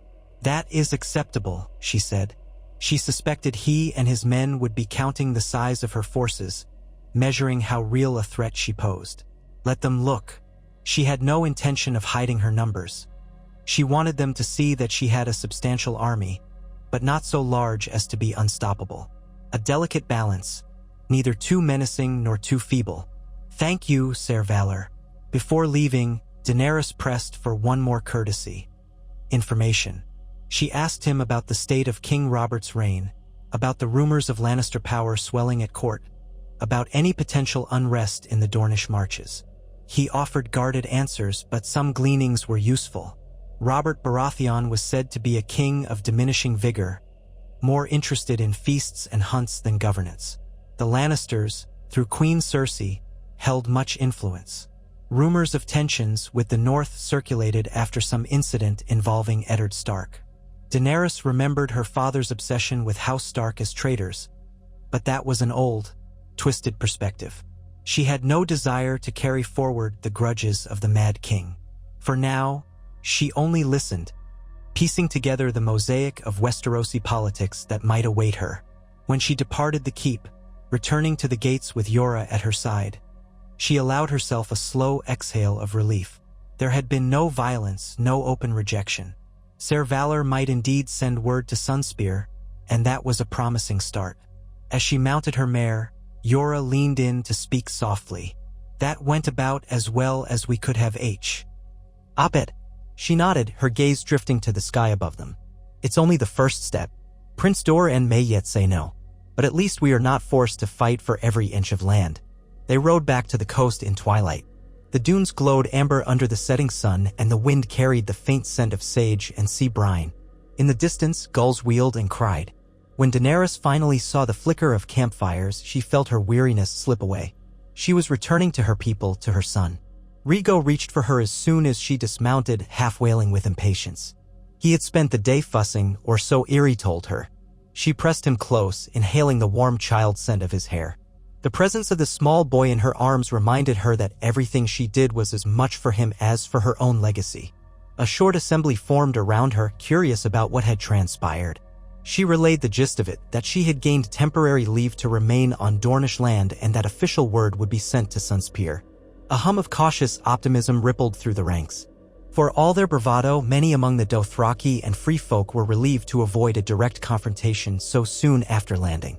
Daenerys ordered the camp to relocate farther inland to the orchard Ser Valor had mentioned, a region more hospitable than the Bear Dunes with a small stream for fresh water. Over the next days, they broke down their beachside fortifications and moved with methodical efficiency, herding horses and supplies. She left behind minimal watchers to tend the ships should they require a swift departure. The orchard turned out to be a scattering of gnarled trees bearing fruit that had mostly fallen and rotted in the grass. Still, there was shade, and the stream ran clearer here, fed by a modest spring that emerged from the rocks. Daenerys oversaw the pitching of tents in an orderly sprawl, ensuring that cooking fires and refuse were kept away from the water source. She was determined to show the locals they would not pillage the land or disrespect it. If they hoped to ally with Dorne, they must not behave like an occupying force. The days slipped into a quiet routine. Patrols ventured out to speak with farmers and travelers, sometimes trading modest valuables for fresh produce or bread. These interactions were uneasy at first. Westerosi smallfolk remained suspicious of armed foreigners, but as no violence ensued, curiosity replaced fear in some hearts. Daenerys spent each evening in council with Yora and her captains, deliberating on the strategy ahead. Would Prince Doran respond in friendship or enmity? Should they begin dispatching their own envoys to other southern lords? She feared overextending too soon, but neither did she want to appear idle. She finally resolved to wait a short while longer for a response from Sunspear. If none came, she would risk sending an emissary to another Dornish house, perhaps the Ironwoods, or to the Marcher lords who might resent Baratheon rule. One cool morning, when the dew still clung to the long grass, Daenerys walked with Rhaego along the orchard's edge. He had just turned 2, though she was never entirely sure of his exact name day. He tugged at the hem of her dress, wanting to stomp in the shallow edges of the stream. She indulged him, rolling her pants above her ankles and wading with him. The water soothed her feet, and she found a measure of calm. The orchard smelled of wet bark and decaying fruit, not unpleasant but far from the lilac gardens she once imagined existed in a place as storied as Dorne. She thought about how the world had little regard for a child's daydreams. Her illusions of a heroic Targaryen restoration had been tempered by the realities of forging alliances in Essos. Yet here she was, one step closer to the Iron Throne than she had ever been.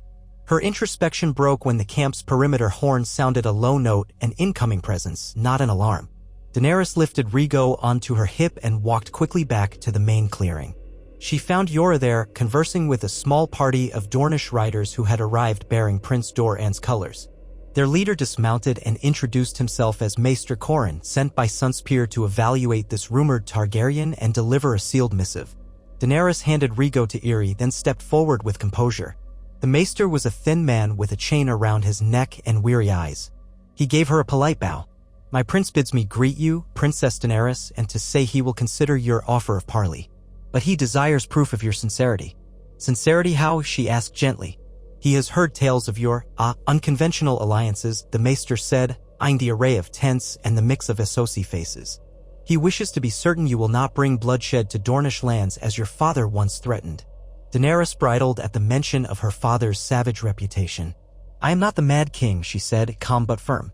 What does Prince Doran ask of me specifically? The maester opened the sealed missive and read, he invites you to send a small delegation, no more than 6 companions, to Sunspear. He will receive you there under a banner of safe conduct, provided you vow to abide by Dornish laws of hospitality and do not attempt to seize the castle by stealth or force. A murmur passed among Daenerys's captains. Some urged caution. Walking into Prince Doran's seat with so few guards could be a deadly trap. Yet Daenerys saw an opportunity to prove her good faith. Tell Prince Doran I accept with gratitude for his invitation, she said. I will come with my sworn knight and a handful of trusted attendants. We will abide by his hospitality and trust that he abides by his word that we shall leave unmolested if no alliance is met. The maester seemed relieved. Very well. We can depart on the morrow if it pleases you, your grace. She dipped her head. It does. Thank you. That evening, she planned carefully for the journey to Sunspear. She chose Yora, of course, as her sworn knight. She included 2 of her freed captains who spoke the common tongue well, both proven to have calm heads and diplomatic instincts, Rakuro and Melissa. Then she selected 2 Dothraki, one older rider named Kohalo who had a steady presence and a younger woman, Rasa, who had healed from the wound she'd taken in the ambush but still bore a scar across her side. Rasa's fluent common tongue and unflinching courage made her invaluable. She would serve as living proof of the women who rode with Daenerys. The final member of the 6 would be herself. That was enough. She faced the protestations of others in her host who worried she might be walking into a trap, the same anxieties that had flared whenever she took a risk in Essos. She reminded them that forging alliances meant trust. If she failed to demonstrate trust, she might never win the respect of a lord as cautious as Dor and Martell. And if it did prove a trap, she had the rest of her people nearby to retaliate, though, in truth, she prayed it would not come to that. War with Dorne would achieve nothing but stain her claim in blood. Before dawn, Daenerys rose quietly, pressing a farewell kiss to Rhaego's sleeping brow. She then walked through the camp, checking the watchfires and speaking to the bleary-eyed men and women who stood guard. Each face carried the unspoken question, would she return victorious, or would they find themselves at war? She offered reassuring words, though her own heart pounded with uncertainty. Yora joined her with solemn loyalty in his eyes. They mounted their horses, meeting Maester Corran and his small escort at the orchard's edge. The ride to Sunspear took the better part of 2 days, passing through arid hills and winding roads that cut through stony passes. Daenerys noticed scattered farmsteads and the occasional village, each one turning out curious faces as they clattered by. The Dornish escort was polite but not overly talkative, guiding them with a measured pace. During the midday halts, Daenerys tried to glean more about Prince Doran from the maester or the guards. Was he well-liked? Was he in good health?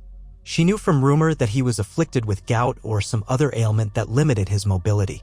The maester offered vague comments that the prince managed his condition carefully and preferred to observe events from a distance.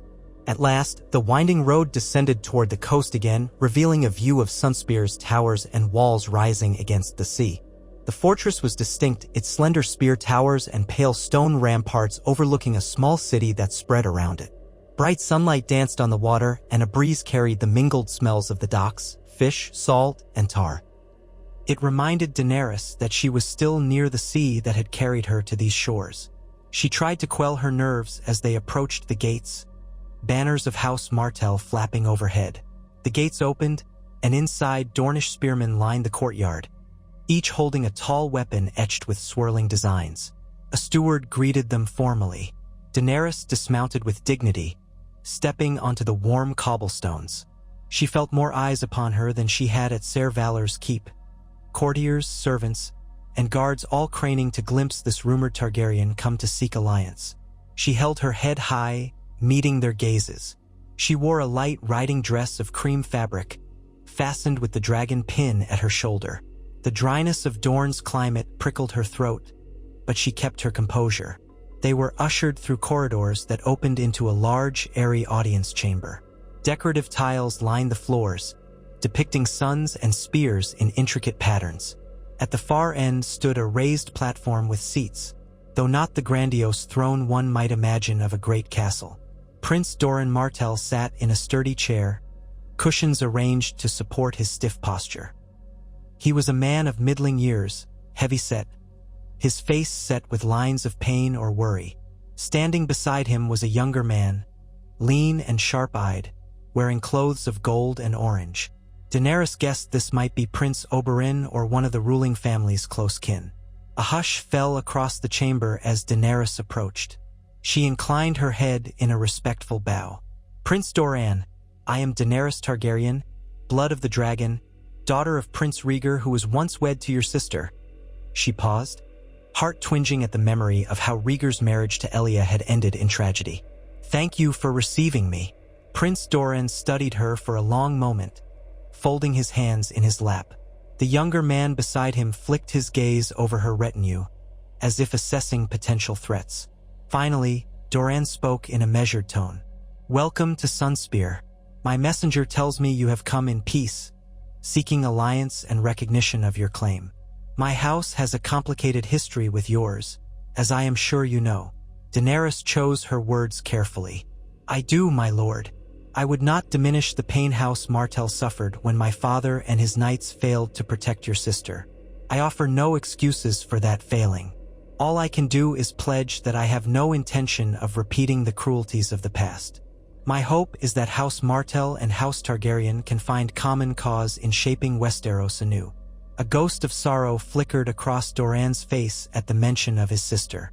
He signaled to a servant, who hurried to pour cool water into goblets. "The bones of the past weigh heavily on all of us, Princess. You speak of forging a future that is different. Tell me, how do you propose to claim a throne that was taken from your family when you have no dragons and no standing among the great lords of the Seven Kingdoms?" "I have alliances in Essos," Daenerys said, accepting a goblet of water but not drinking yet. "I bring soldiers who followed me voluntarily, not as conscripts or slaves. They believe in my leadership because I freed them from bondage or protected their lands. Moreover, I come offering an equal partnership to those who would join me. I will not place myself above them as a tyrant. If House Martell stands with me, I will see that your interests are recognized when peace is settled throughout the realm." The younger man at Doran's side snorted softly, folding his arms. "And if the realm does not want peace? If it wants war? Robert Baratheon has powerful allies, not least the Lannisters, who might relish a fight to snuff out the last Targaryen." Daenerys met his eyes. "War may be unavoidable, but if it comes, I am prepared to see it through. It need not be waged in the scorched earth manner my forebears once employed. I have proven in Essos that I can fight my enemies without butchering the innocent. I do not claim to be perfect, but I strive to show mercy where possible." A slow nod from Doran, he glanced at the younger man, then back at Daenerys. "You speak of mercy in a land known for ruthless politics. That alone intrigues me. My sister's memory weighs upon every Dornish heart, Princess. The day the Mountain took her life, he also killed her children, Rhaegar's children. That atrocity was never truly answered for. The Lannisters shielded the monster who did it. My own negotiations to gain satisfaction for Elia's murder have come to little in all these years. Perhaps you can see why I am hesitant to trust a Targaryen." Her throat felt tight, imagining the horror of what Elia endured. "I understand. But consider this, I was no more than a babe myself when that horror occurred. I grew up in exile, powerless. Whatever the sins of my father's reign, I want no quarrel with Dorne. In fact, I hope to avenge Elia's memory by ensuring those who orchestrated her death, Tywin Lannister, Gregor Clegane, face justice in this life or the next. Give me the chance to prove my sincerity." Prince Doran's gaze flicked to the young man at his side, whose eyes burned with rage at the mention of Gregor Clegane. Daenerys guessed at once this was Prince Oberyn Martell, renowned for his fiery temper and skill at arms. He seemed to wrestle with an internal fire barely contained. "Justice," Oberyn repeated, voice laced with bitterness. "You speak the word easily, Princess. Yet in King's Landing, they sip wine and pretend Elia never existed." "I cannot speak for them," Daenerys said, "but I can speak for myself. I am prepared to condemn those who stand behind such atrocities. I do not require a Lannister alliance to take the throne." Oberyn's lips curved in a half-smile, though it did not reach his eyes. "Bold words. And how do you propose to unseat them, truly? If the Lannisters field an army, if the Baratheons rally their bannermen, she will have Dorne," Doran interjected quietly, surprising Daenerys. Oberyn's head whipped around to stare at his brother. Doran continued, voice calm but firm. Assuming, that is, we come to a formal agreement. Peace in Dorne, recognition of Martell authority in the south, and a vow that Elia's memory, her children's memory, be honored. That the men who killed them face retribution. Daenerys felt her pulse quicken. Was he truly offering an alliance? She inclined her head in gratitude. Those terms are fair, and I will uphold them. If we succeed, House Martell will not be slighted at the table of kings. Satisfaction flickered in Doran's weary eyes, but he raised a cautionary hand. We must be realistic. Dorne alone cannot enthrone you. The Stormlands, the Reach, the Riverlands, all these regions must be considered. War is rarely neat. If you wish an alliance with me, you must grant me time to prepare my bannermen discreetly, and to negotiate with certain houses that might join our cause. We cannot march on King's Landing tomorrow. Daenerys exhaled in relief at the measured approach. I understand.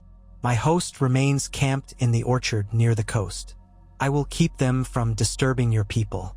Give me leave to settle them more comfortably somewhere near Sunspear. In return, we can meet privately to plan how best to approach the other great houses. Oberyn's gaze darted between them. He seemed torn, half ready to ride out and kill Lannisters himself, half wary of a Targaryen bringing foreign soldiers. What of your Dothraki? Will they truly follow your command not to raid or pillage? They already have, Daenerys said quietly. I led them in Essos for years without letting them become butchers. They've seen the benefits of discipline and peaceful trade. If any rider disobeys, I'll deal with him myself. Oberyn's intense stare held hers. After a moment, he let out a short laugh. I hope for your sake you're as strong as your words imply, Princess. Prince Doran lifted a hand, ending the tension. Let us be civil, Oberyn. We have a chance here, however slim, to rectify old wrongs. We must not let bitterness cloud our judgment. Then he turned to Daenerys again, face smoothing into a polite mask. I will extend my hospitality to you, Princess, so long as your men remain orderly. We'll draft a preliminary understanding. You may remain in or near Sunspear to discuss the broader matters of strategy. But remember, if you or yours break faith with us, Dorne will not stand idle. Daenerys inclined her head. I would expect nothing less. Thus, the first major alliance on Westerosi soil took its uncertain shape.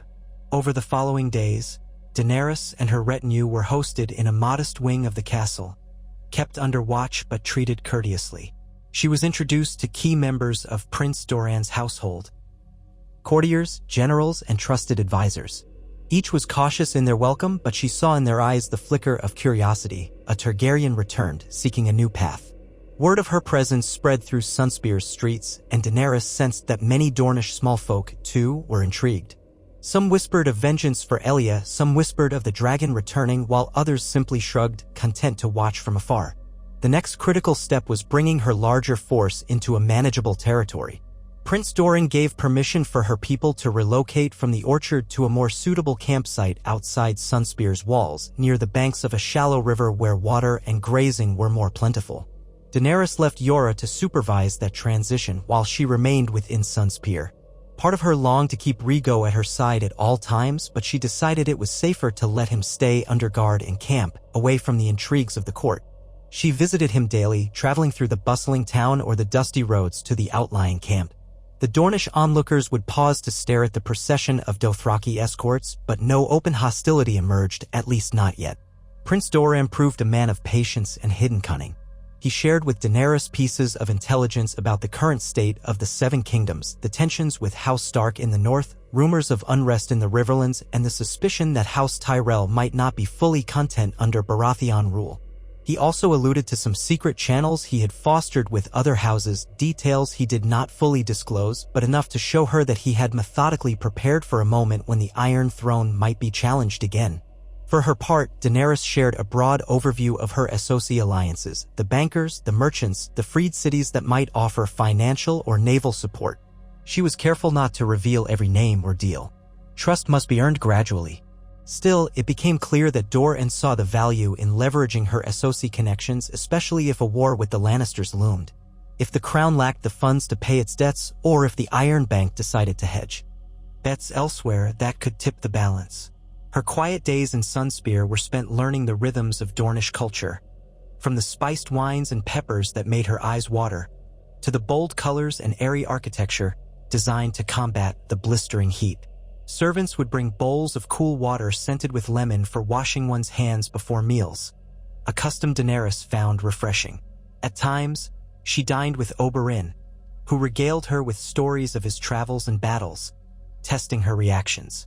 She listened politely, aware that his simmering resentment of the Lannisters was a keystone in any alliance. If he believed she would fail to punish those he despised, he might turn on her. Yet she could not promise him unbridled slaughter. She walked a fine line, offering enough assurance that justice would be served without condoning unrestrained vengeance. Meanwhile, Dorne's spymasters quietly assessed her forces. She did not hide them. Any alliance worth forging required honesty about the strength she possessed. Reports would filter back to Doran. The number of riders, the presence of freedmen and mercenaries, the impressive cavalry potential if properly armed. Daenerys sensed that the Dornish lord was growing more confident in the utility of her cause. They began drafting the outlines of a formal treaty, a secret arrangement that would only be publicly declared if and when Daenerys moved against King's Landing. Doran insisted they keep it undisclosed for the time being, to avoid prematurely alerting the realm. Daenerys agreed. Secrecy would grant them time to gather more allies before the crown had a chance to muster.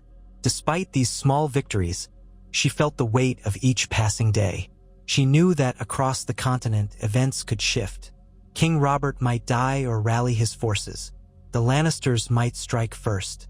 The North might rebel in ways that changed the entire political landscape. She needed more than just Dorne. She needed a broad coalition or, at the very least, neutrality from most of the Seven Kingdoms while she made her bid. She considered reaching out to the Stormlands next, given their proximity, but that risked immediate conflict with House Baratheon. Perhaps the Reach offered more fertile ground for diplomacy. The Tyrells had once been sworn to House Targaryen, though that was long ago. Or there was the Vale, ruled by the Arryns, whose young lord might be influenced if approached correctly. Each option carried perils. In the end, she resolved that she could not linger indefinitely in Dorne. Once her treaty with Prince Doran was secure, she would ride forth, seeking others who might join her or, at least, not stand in her way. On the 20th day of her stay in Sunspear, Doran summoned her to a private solar overlooking a shaded courtyard. She arrived to find him seated at a low table spread with scrolls and ledgers, scribes hovering near the walls. Oberyn paced the length of the room, restless. Doran waved the scribes away when Daenerys entered, gesturing for her to sit. "I have word from one of my confidential agents," he said quietly. "King Robert Baratheon is gravely wounded from a hunting accident. Some say it was a wild boar that gored him. Others suspect foul play. In any case, he lies dying." Daenerys' heart quickened. If Robert died, the throne would pass to his heir, Joffrey Baratheon, or, if the rumors of incest were true, to some other claimant. It could plunge the realm into chaos. "When did this happen?" "Less than a fortnight ago," Doran replied. "Ravens carry the news, though the official word is that the king remains stable. My agent insists the injury is mortal. There is also the matter of Lord Eddard Stark, who was reportedly arrested for treason. The details are murky, but it seems the court is in upheaval." Oberyn snorted. "The perfect time to strike. The Lannisters will try to seize power in the confusion unless we intervene." Daenerys pressed her lips together. Her original plan had been to gather alliances slowly, but chaos in King's Landing might offer an opening. Or it might be a trap or simply a swirl of violence. "What is your counsel, Prince Doran?" He sighed, leaning back in his chair. "We must not act rashly. A civil war could erupt if the heir is disputed. The realm may fracture among those who support Joffrey, those who might support Stannis Baratheon, or even Renly. And then there's you, princess, making a rightful claim of your own. But if we charge north at this moment with insufficient support, we risk being painted as opportunistic invaders." Oberyn's voice was taut with impatience. "Or we seize the moment while the Iron Throne is weakest. If we wait, we may lose our advantage." Daenerys breathed in slowly, remembering her vow not to drown Westeros in unnecessary blood. I understand your reasoning, Prince Oberyn, but I also fear plunging the people into war without giving them a chance to see me as a viable alternative. If they only hear rumors of a Targaryen marching with Dothraki and Dornishmen to take advantage of the king's death, they may unite against me out of fear. Oberyn flung up his hands. Your father did enough to stoke that fear, I suppose. Doran drummed his fingers on the arm of his chair. I propose a middle route. You and I finalize our secret alliance. Meanwhile, I'll dispatch discreet envoys to the Reach, the Riverlands, and perhaps the Vale, offering them a chance to consider your claim if Joffrey proves illegitimate or tyrannical. We'll see how the other great lords respond. If enough show willingness to consider your rule, we can move swiftly, present you as the rightful queen who comes to stabilize the realm rather than tear it apart. Daenerys nodded, relief flooding her. That seems prudent. I have no desire to alienate the entire kingdom before I've truly begun. Oberyn rolled his eyes but did not openly object, muttering something about vengeance delayed. Doran ignored the grumble, returning his attention to Daenerys. In the meantime, keep your host in readiness. If the situation in King's Landing descends into open anarchy, we may have to move sooner than we wish. The next few weeks will be critical. So they struck the bargain that bound House Martell, at least secretly, to her cause. Daenerys signed a parchment with an ornate flourish, and Doran impressed his seal upon it. A symbolic vow of mutual support. She felt a strange thrill as she watched the wax harden, knowing that this single act could reshape the fate of a continent. The Targaryens and Martells had been entwined before, through Rhaegar's marriage to Elia, through centuries of alliance and conflict. Now, perhaps they would reshape the realm together. She thanked Prince Doran for his trust, bowed to Oberyn, and left the Solar to share the news with her retinue. That night, she walked along the parapets of Sunspear, gazing out at the moonlit sea. She had moved so far from that frightened girl who once believed dragon eggs were her only salvation. Here, she commanded an army not of fire and scale, but of living souls who believed in her leadership or hoped to profit from it. Dorne had opened its gates to her, but beyond these walls lay a kingdom on the brink of chaos. A kingdom that might greet her as a savior or as the second coming of her father's madness. Only time and careful diplomacy would decide which vision prevailed. As dawn broke, Daenerys rode out of Sunspear with her modest escort, returning to her main camp by the river. The first phase of her conquest had begun, not with the roar of dragonfire, but with the hush of whispered agreements and the scratch of quills on parchment. She intended to keep it that way for as long as she could. War might be inescapable, but if she could gather enough houses to her side without leaving a trail of scorched earth, then she would prove that House Targaryen could rise again with a gentler hand. Her people welcomed her back with curious eyes, and she announced that they would break camp soon. The orchard by the coast was too exposed, and now that Dorne was tentatively on their side, they could move more comfortably in Dornish lands. She instructed them to remain disciplined, to buy any supplies they needed and treat local farmers with respect. Such policies were alien to some of the Dothraki, who could not grasp why they should pay for something they could take. But her loyal captains enforced her will. Over time, the riders had come to admire her unwavering stance. Where once she was just a Khaleesi with a foreign accent, now she was the woman who had outmaneuvered slavers and unscrupulous merchant lords. She was blood of the dragon, but also their Mysa, the gentle mother who protected them from aimless slaughter. Days passed into weeks. Ravens flew out from Sunspear, carrying carefully worded letters to various lords. An invitation to consider a restoration of just rule under Daenerys Targaryen, championed by Dorne. She did not expect an immediate outpouring of support, but she hoped to plant seeds of doubt in the current regime, especially if King Robert's condition was as dire as the rumors suggested. Meanwhile, her forces established a more comfortable encampment on higher ground, ringed by watch posts. She set up a rudimentary command tent, where she and Yora plotted potential routes to King's Landing. Others began forging new weapons and fletching arrows, readying for the possibility that, at any moment, the realm might call them forth. Rhaego, oblivious to the gravity of these preparations, continued exploring the new camp. He babbled words in both Dothraki and the common tongue, chasing after the many children who had become part of Daenerys's following over time. He especially loved the small orchard of lemon trees near the campsite. She would find him there sometimes, carrying half-gnawed lemons that puckered his face when he bit them. The sight made her laugh, even as the weight of leadership bore down on her. Perhaps, she thought, that was the real gift of not having dragons. She had been forced to build her power on the living, to remain connected to the simple joys that grounded them all. In the evenings, she consulted with Doran and Oberyn by raven or messenger. The news from King's Landing shifted almost daily. Robert had died, Joffrey Baratheon was crowned king, and rumors spread that Eddard Stark had been executed for treason. That single act stoked fires of rebellion in the north.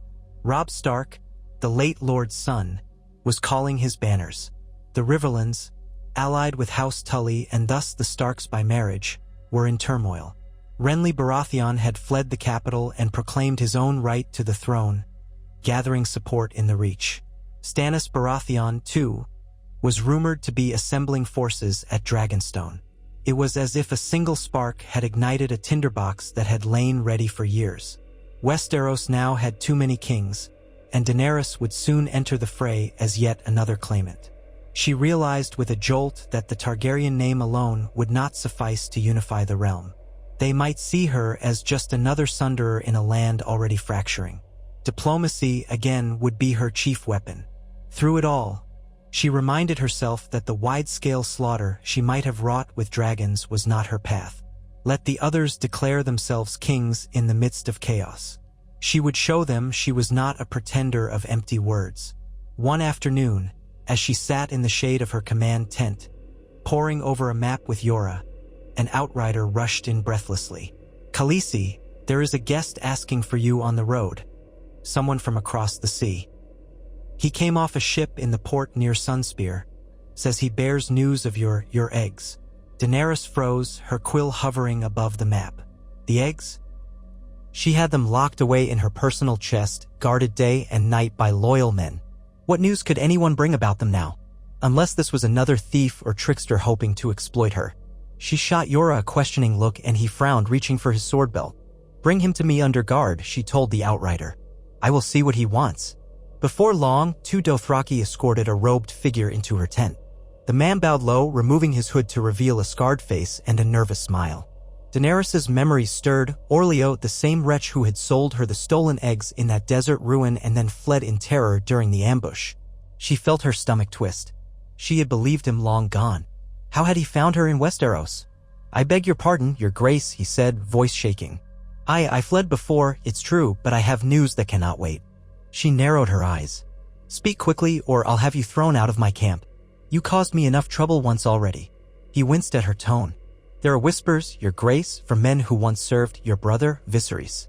They claim he is still alive, gathering a ragged band of Sel's words near the stepstones. He raves about the eggs and about the rightful Targaryen claim. He says you betrayed him." Daenerys's throat constricted at the mention of Viserys. She had banished him long ago, but the memory of that final confrontation still stung. Could he truly have survived these intervening years in the wild corners of Essos, nursed by hatred? "What does that have to do with my eggs?" she demanded. Orleo swallowed. "Your brother believes you have them, but he also believes one can be ransomed or stolen to rally supporters. He's telling wealthy men that if they help him overthrow you, they might each gain a dragon of their own someday. I feared he might come for you or for the eggs, hoping to ruin your cause in Westeros." A tremor of anger and sorrow fluttered through Daenerys. Even after all this time, Viserys' obsession could still disrupt her. She glanced at Yora, whose face had gone stony. "I see. So you came all this way to warn me? And to beg forgiveness?" Orleo whispered, bowing again. "I never wished you harm.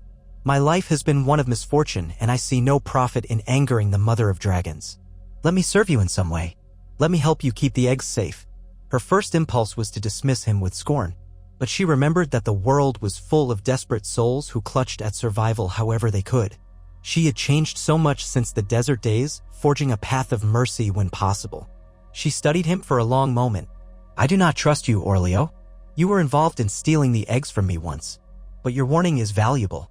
I will not punish you for your past actions if you speak truly. You may remain under guard in my camp until I decide." Relief flashed across his face. "Thank you, my queen. You are merciful indeed." She dismissed him and he was led away, leaving a swirl of unease in his wake. Euron exhaled, rubbing his temple. Viserys alive. I had hoped we'd heard the last of him. If he truly stirs up trouble with Sel's words, we could face sabotage at a critical moment. Daenerys felt the sting of that familial betrayal anew. We cannot let him disrupt what we've built. If he tries to come here, we'll stop him. I will not let him cost us an alliance with Dorne or any other house. He may lure unsavory allies with promises of a Targaryen restoration under his banner, Euron warned. You know how convincing madness can be when people crave power. She nodded, memories of her father's madness and her brother's rants swirling in her mind. If he forces our hand, I'll do what must be done. But I won't chase him across the sea. Let him exhaust himself. We have larger concerns here. Thus, Viserys remained a dark cloud on the horizon, a shadow from her past that might or might not cross the sea to haunt her future. Daenerys refocused on the fragile alliances forming around her.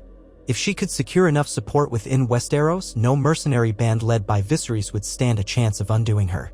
Yet she could not entirely ignore him. She quietly instructed a few of her best scouts and spies to keep ears open for news of any Targaryen pretender in the Stepstones. Meanwhile, the realm's chaos deepened. Messages from Doran indicated that King Joffrey had alienated several potential allies with his cruelty, especially through the execution of Lord Eddard Stark. Robb Stark was named king in the north, rallying the northern lords. The Riverlands were aflame with battles against Lannister forces.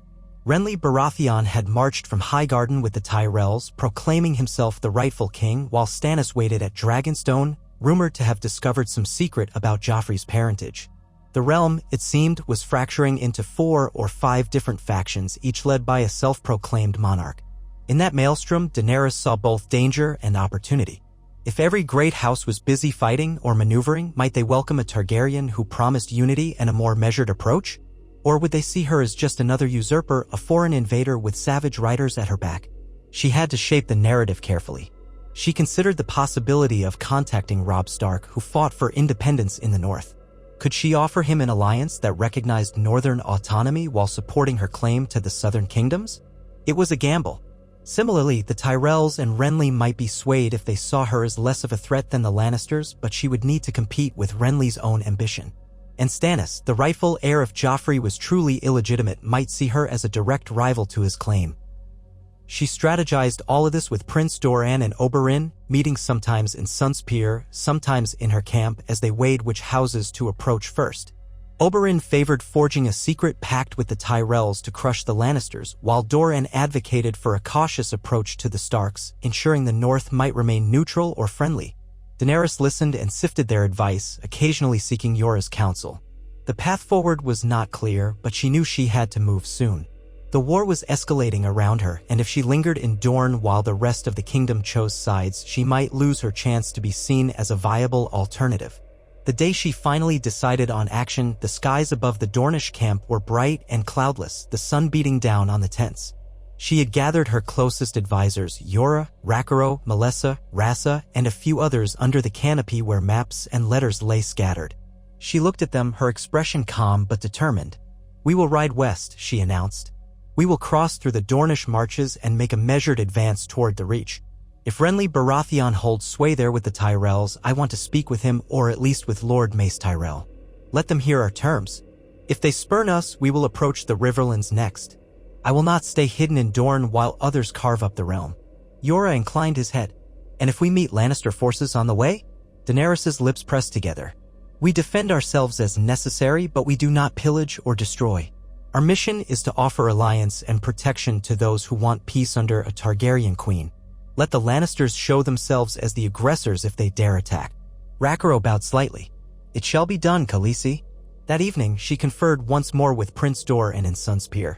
He agreed to lend her a modest contingent of Dornish troops under Oberyn's partial command, but the bulk of the Martell forces would remain in Dorne, ready to reinforce or hold the passes if the war escalated. Daenerys thanked him and expressed her gratitude. Oberyn himself prepared to ride out with a few of his own loyal fight. R.S. eager for the chance to cross swords with the Lannisters. Despite his brashness, Daenerys valued his skill and the weight of his name. Thus did her host begin their westward march, winding through the desert hills and rugged passes of Dorne, guided by local scouts who helped them avoid the worst terrain. Rhaego rode with Daenerys now, perched in a specially made seat attached to her saddle, guarded by Irri and Jiki. He was old enough to cling to the saddle horn, squealing with delight when the wind whipped his hair. Though Daenerys worried about him on the march, she wanted him close. He was her living proof that a different future could be born from the ashes of the past. They passed through the Dornish marches with minimal incident.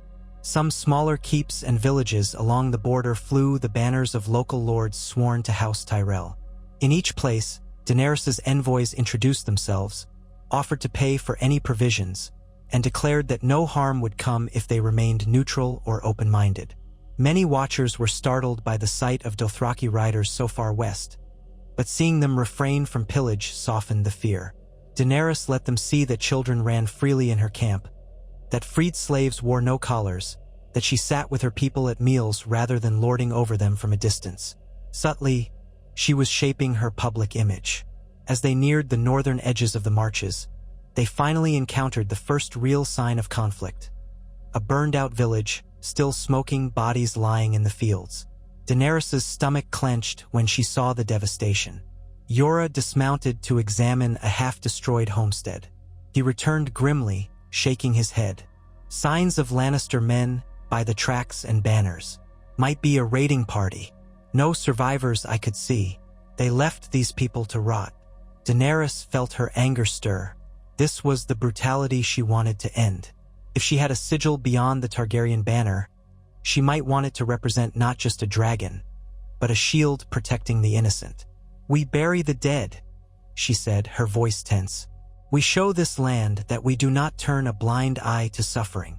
They spent hours digging shallow graves, a somber procession of Dothraki, freedmen, and even some Dornish allies working side by side. The smoky air stung Daenerys' eyes. She tried to imagine what horrors these villagers had faced, likely with no knowledge or concern for who claimed the throne in King's Landing. This was the price of constant war. The small folk paid with their lives. By dusk, the dead lay buried, and her people made camp near the charred remnants of the village. That night, Daenerys did not sleep easily. She stared at the sky, recalling how once she believed dragons were the only way to secure justice. Now she realized that even if she had dragons, she might not have been here in time to save these people. Power alone could not be everywhere at once. The real task was forging a realm where such atrocities were not tolerated or rewarded. Dragons could not instill empathy or discipline from afar, only fear. At first light, her scouts rode out again, searching for signs of the Lannister raiders. They returned with scattered reports, a small band heading north, possibly to join a larger force on the outskirts of the Reach. Daenerys debated whether to pursue them immediately, but ultimately decided against it. Chasing a small raiding party across unknown terrain could waste time and risk ambush. She had a more important purpose: to find a meeting with House Tyrell or Renly Baratheon if possible and present her cause. The time for direct battles would come soon enough. On the third day after leaving the burned village behind, Daenerys' outriders reported a Tyrell vassal lord encamped by a stream, banners flapping in the wind. She ordered a careful approach, sending forward envoys with a white banner. The lord, one Ser Harold Crane, agreed to meet. He was a middle-aged knight with a cautious demeanor, clearly taken aback by Daenerys' presence. She spoke to him in measured tones, explaining her purpose and her desire to meet with the Tyrell leadership or with Renly if he was indeed in the Reach. Ser Harold hesitated but eventually admitted that Renly and Mace Tyrell had gathered a host not far off, near Bitterbridge, mustering for a march on King's Landing. The war was moving quickly, with word that Tywin Lannister and his forces were somewhere in the Riverlands, while Joffrey sat on the Iron Throne under Cersei's regency. Daenerys' pulse quickened. If Renly and the Tyrells were on the move, she might have an opportunity to gain them as allies before they clashed with the Lannisters. Ser Harold, still uncertain, offered to take a message to Lord Tyrell. Daenerys agreed. She drafted a short letter introducing herself and requesting a parley, pledging that she came not to challenge Renly's claim but to see if they could find common cause against the Lannisters. It was a gamble. Renly insisted he was king in his own right, so he might view a Targaryen claim as competition. But she had to try. The following afternoon, Ser Harold returned with surprising news. Renly Baratheon himself invited Daenerys to a meeting at a field encampment near Bitterbridge. The letter was polite but hinted at curiosity about her unorthodox following and the rumor that House Martell backed her. Daenerys wasted no time. She readied a small retinue, including Oberyn Martell, who smirked at the chance to see if the Tyrells were truly willing to work with Dorne, Jorah Mormont, and a handful of others. She left the main body of her host in a secure position, instructing them to remain vigilant. Then she set out. The ride to Bitterbridge was tense. The countryside showed signs of armies on the move, trampled fields, roads rutted by heavy wagons. She encountered stragglers, sellswords, and merchants trailing behind the Tyrell bannermen.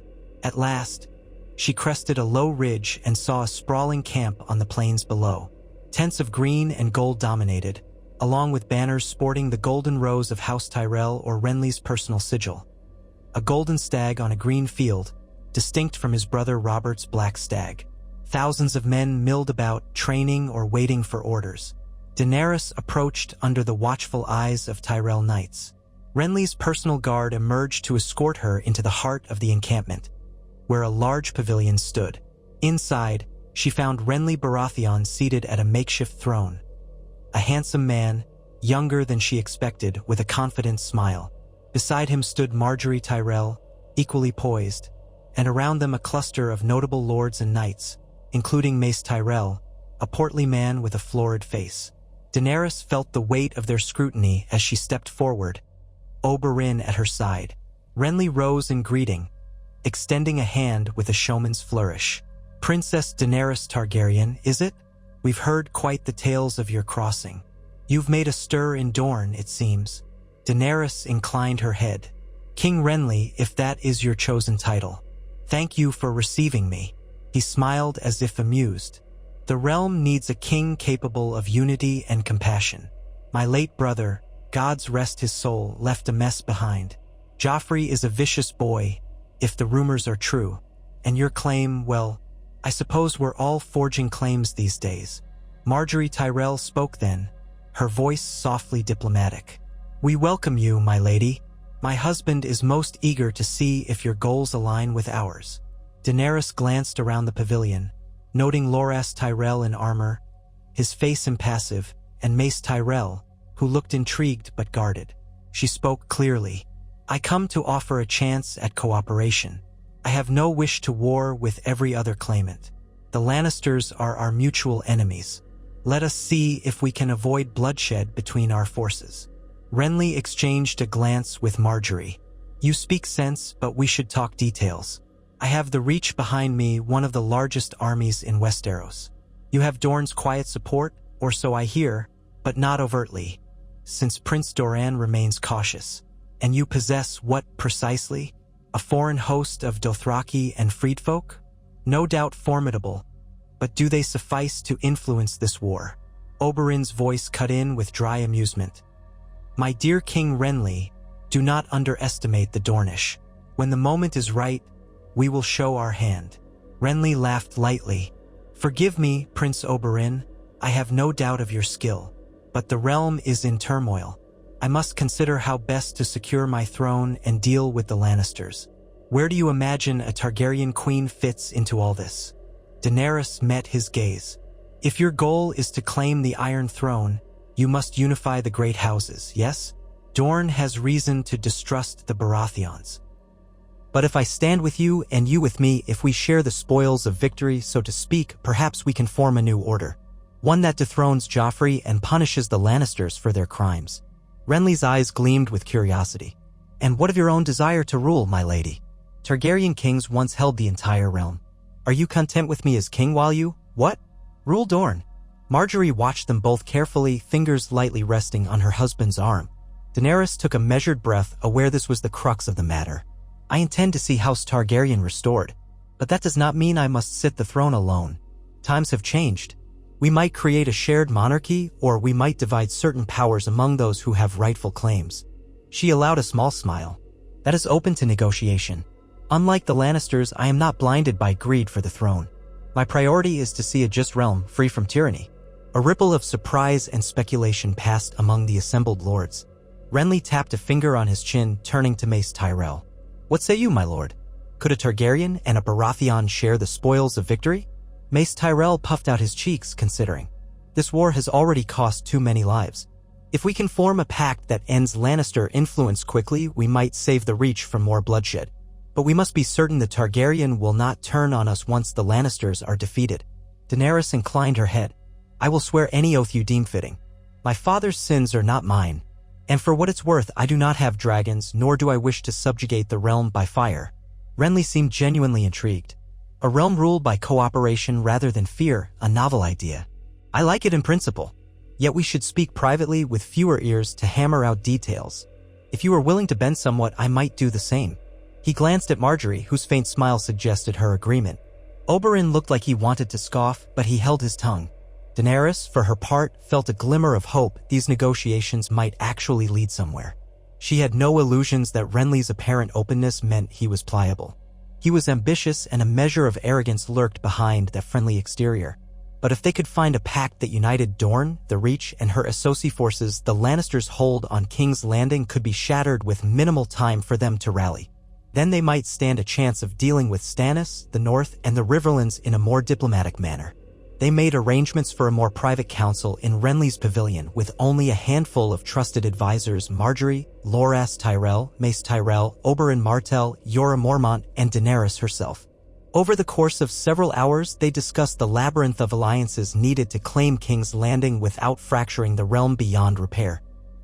Renly insisted that he would be recognized as king, given that Robert's line had produced only the abomination known as Joffrey. Daenerys countered that her blood claim outstripped any Baratheon claim, even Robert's. They parried back and forth, searching for compromise. In the end, they did not finalize a perfect accord, but they agreed to unite against the Lannisters for now. Renly would move his forces toward King's Landing within a fortnight, hoping to catch the city unprepared. Daenerys would coordinate from the south and possibly circle around to threaten the Crownlands from another angle if the Lannisters rallied. Dorne, though not openly proclaiming it yet, would join at a decisive moment, bolstering the Tyrell forces from the rear.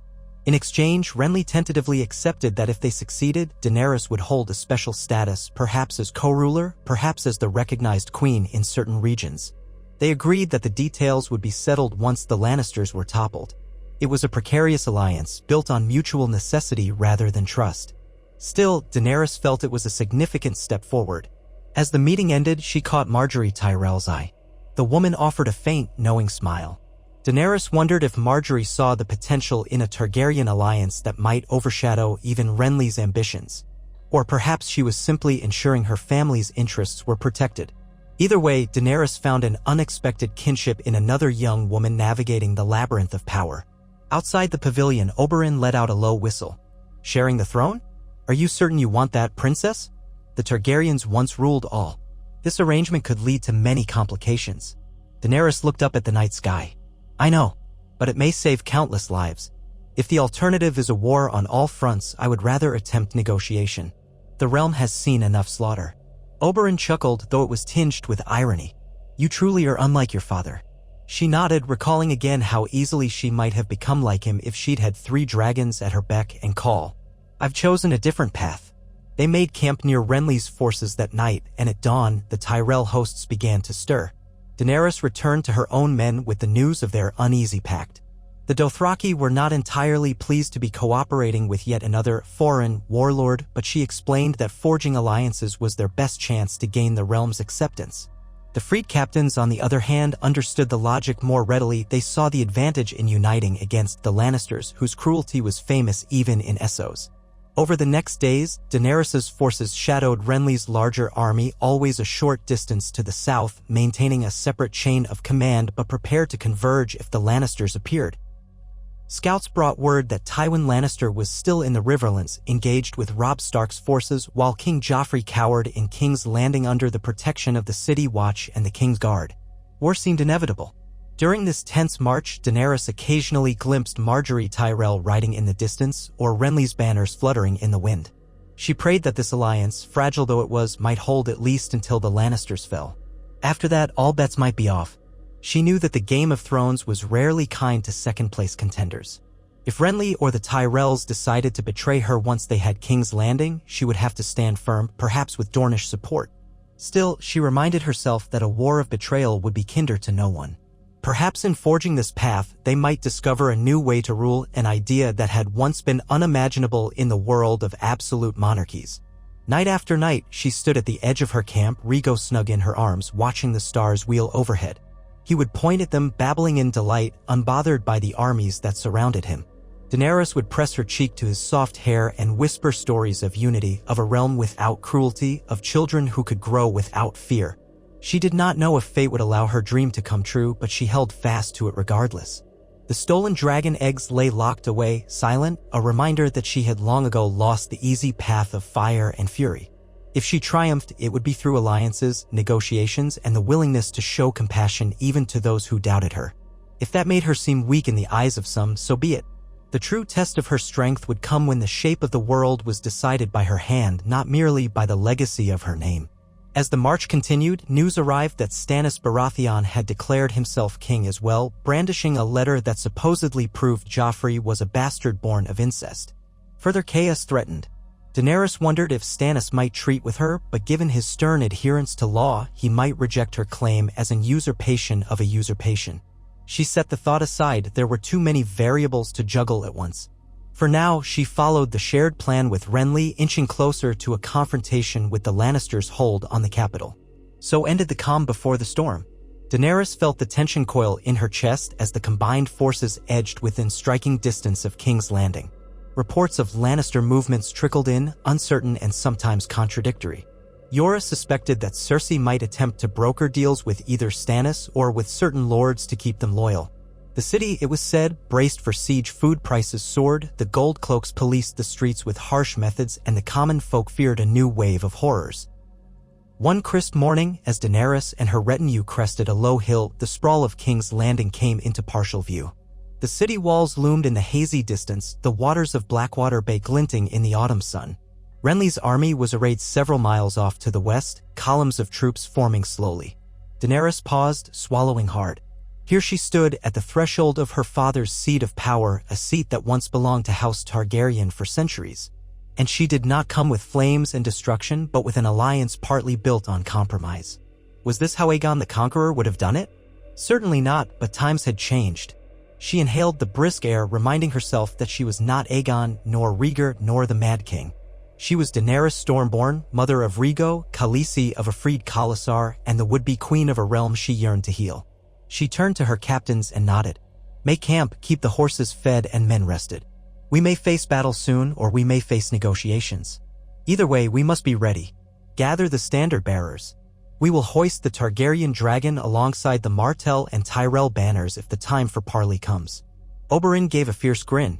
If the Lannisters ride out, my spear will be waiting. Yora stayed close, gaze scanning the horizon. I'll make sure our lines are secured. The city watch might attempt a surprise, though it's unlikely with such numbers. Daenerys offered a faint smile of thanks, feeling the adrenaline spark in her veins.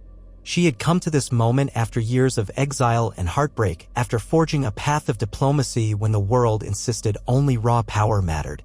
Now, at the doorstep of the city that had once spurned her family, she would see if her choices had been wise or naive. If the negotiations failed and swords were drawn, she would do all she could to preserve the lives of the innocent. But she could not control the will of thousands of soldiers nor the cunning of the Lannisters. So she stood there, wind tugging at her silver hair, the baby weight of Rhaego absent from her arms at that moment but always present in her thoughts. The stolen eggs she had reclaimed were locked away, inert as ever, yet symbolic of what she might have been. Her path was no longer one of Dragonfire. It was one of orging alliances out of broken shards. As the autumn sun rose higher, she resolved to see it through, come what may. In the days that followed, the tension mounted. Renly sought a final parley with the defenders of King's Landing, demanding they surrender Joffrey and Cersei. A Lannister envoy refused, calling Renly a usurper.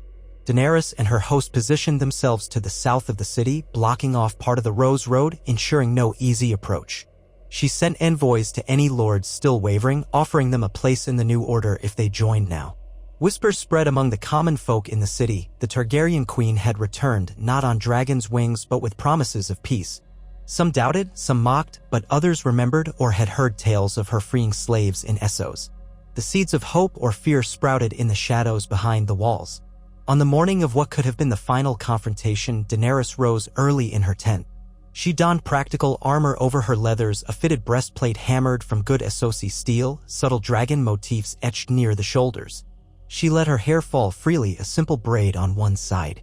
Yora and Oberyn joined her, each armed and grim. The horns sounded from Renly's camp, echoing across the fields, answered by the bray of horns from the city walls. Swords clashed as the front lines tested each other. The siege was beginning, one way or another. Daenerys mounted her horse, scanning the distant gates of King's Landing. She thought of how different this might have looked if she had real dragons perched on her shoulder. But that was not her fate, and she refused to regret it now. Instead, she spurred her horse, leading her riders forward. A swirl of banners rose behind her, Martell's sons, Tyrell Roses, and the red three-headed dragon of House Targaryen. For the first time in decades, that banner approached the capital in an army's vanguard. Whether it would herald a new era of peace or plunge the realm into deeper bloodshed was yet to be decided. She urged her horse on, heart-thudding. She would try for a final parley, but if the Lannisters chose war, she would not shrink. All her life had led to this moment, the exiled princess forging unity from scattered peoples, returning to claim her birthright not through unstoppable might but through careful alliances and empathy for the common folk. If the city fell, she vowed she would not let it be sacked like so many conquered towns. She would keep her people in line, prove that a Targaryen need not be a tyrant. And if, by some twist, the gates opened peacefully, well, perhaps the realm was ready for something beyond endless war. Her gaze swept the rising sun and the towering walls. The time had come for her final test. The path of diplomacy had carried her farther than she once believed possible.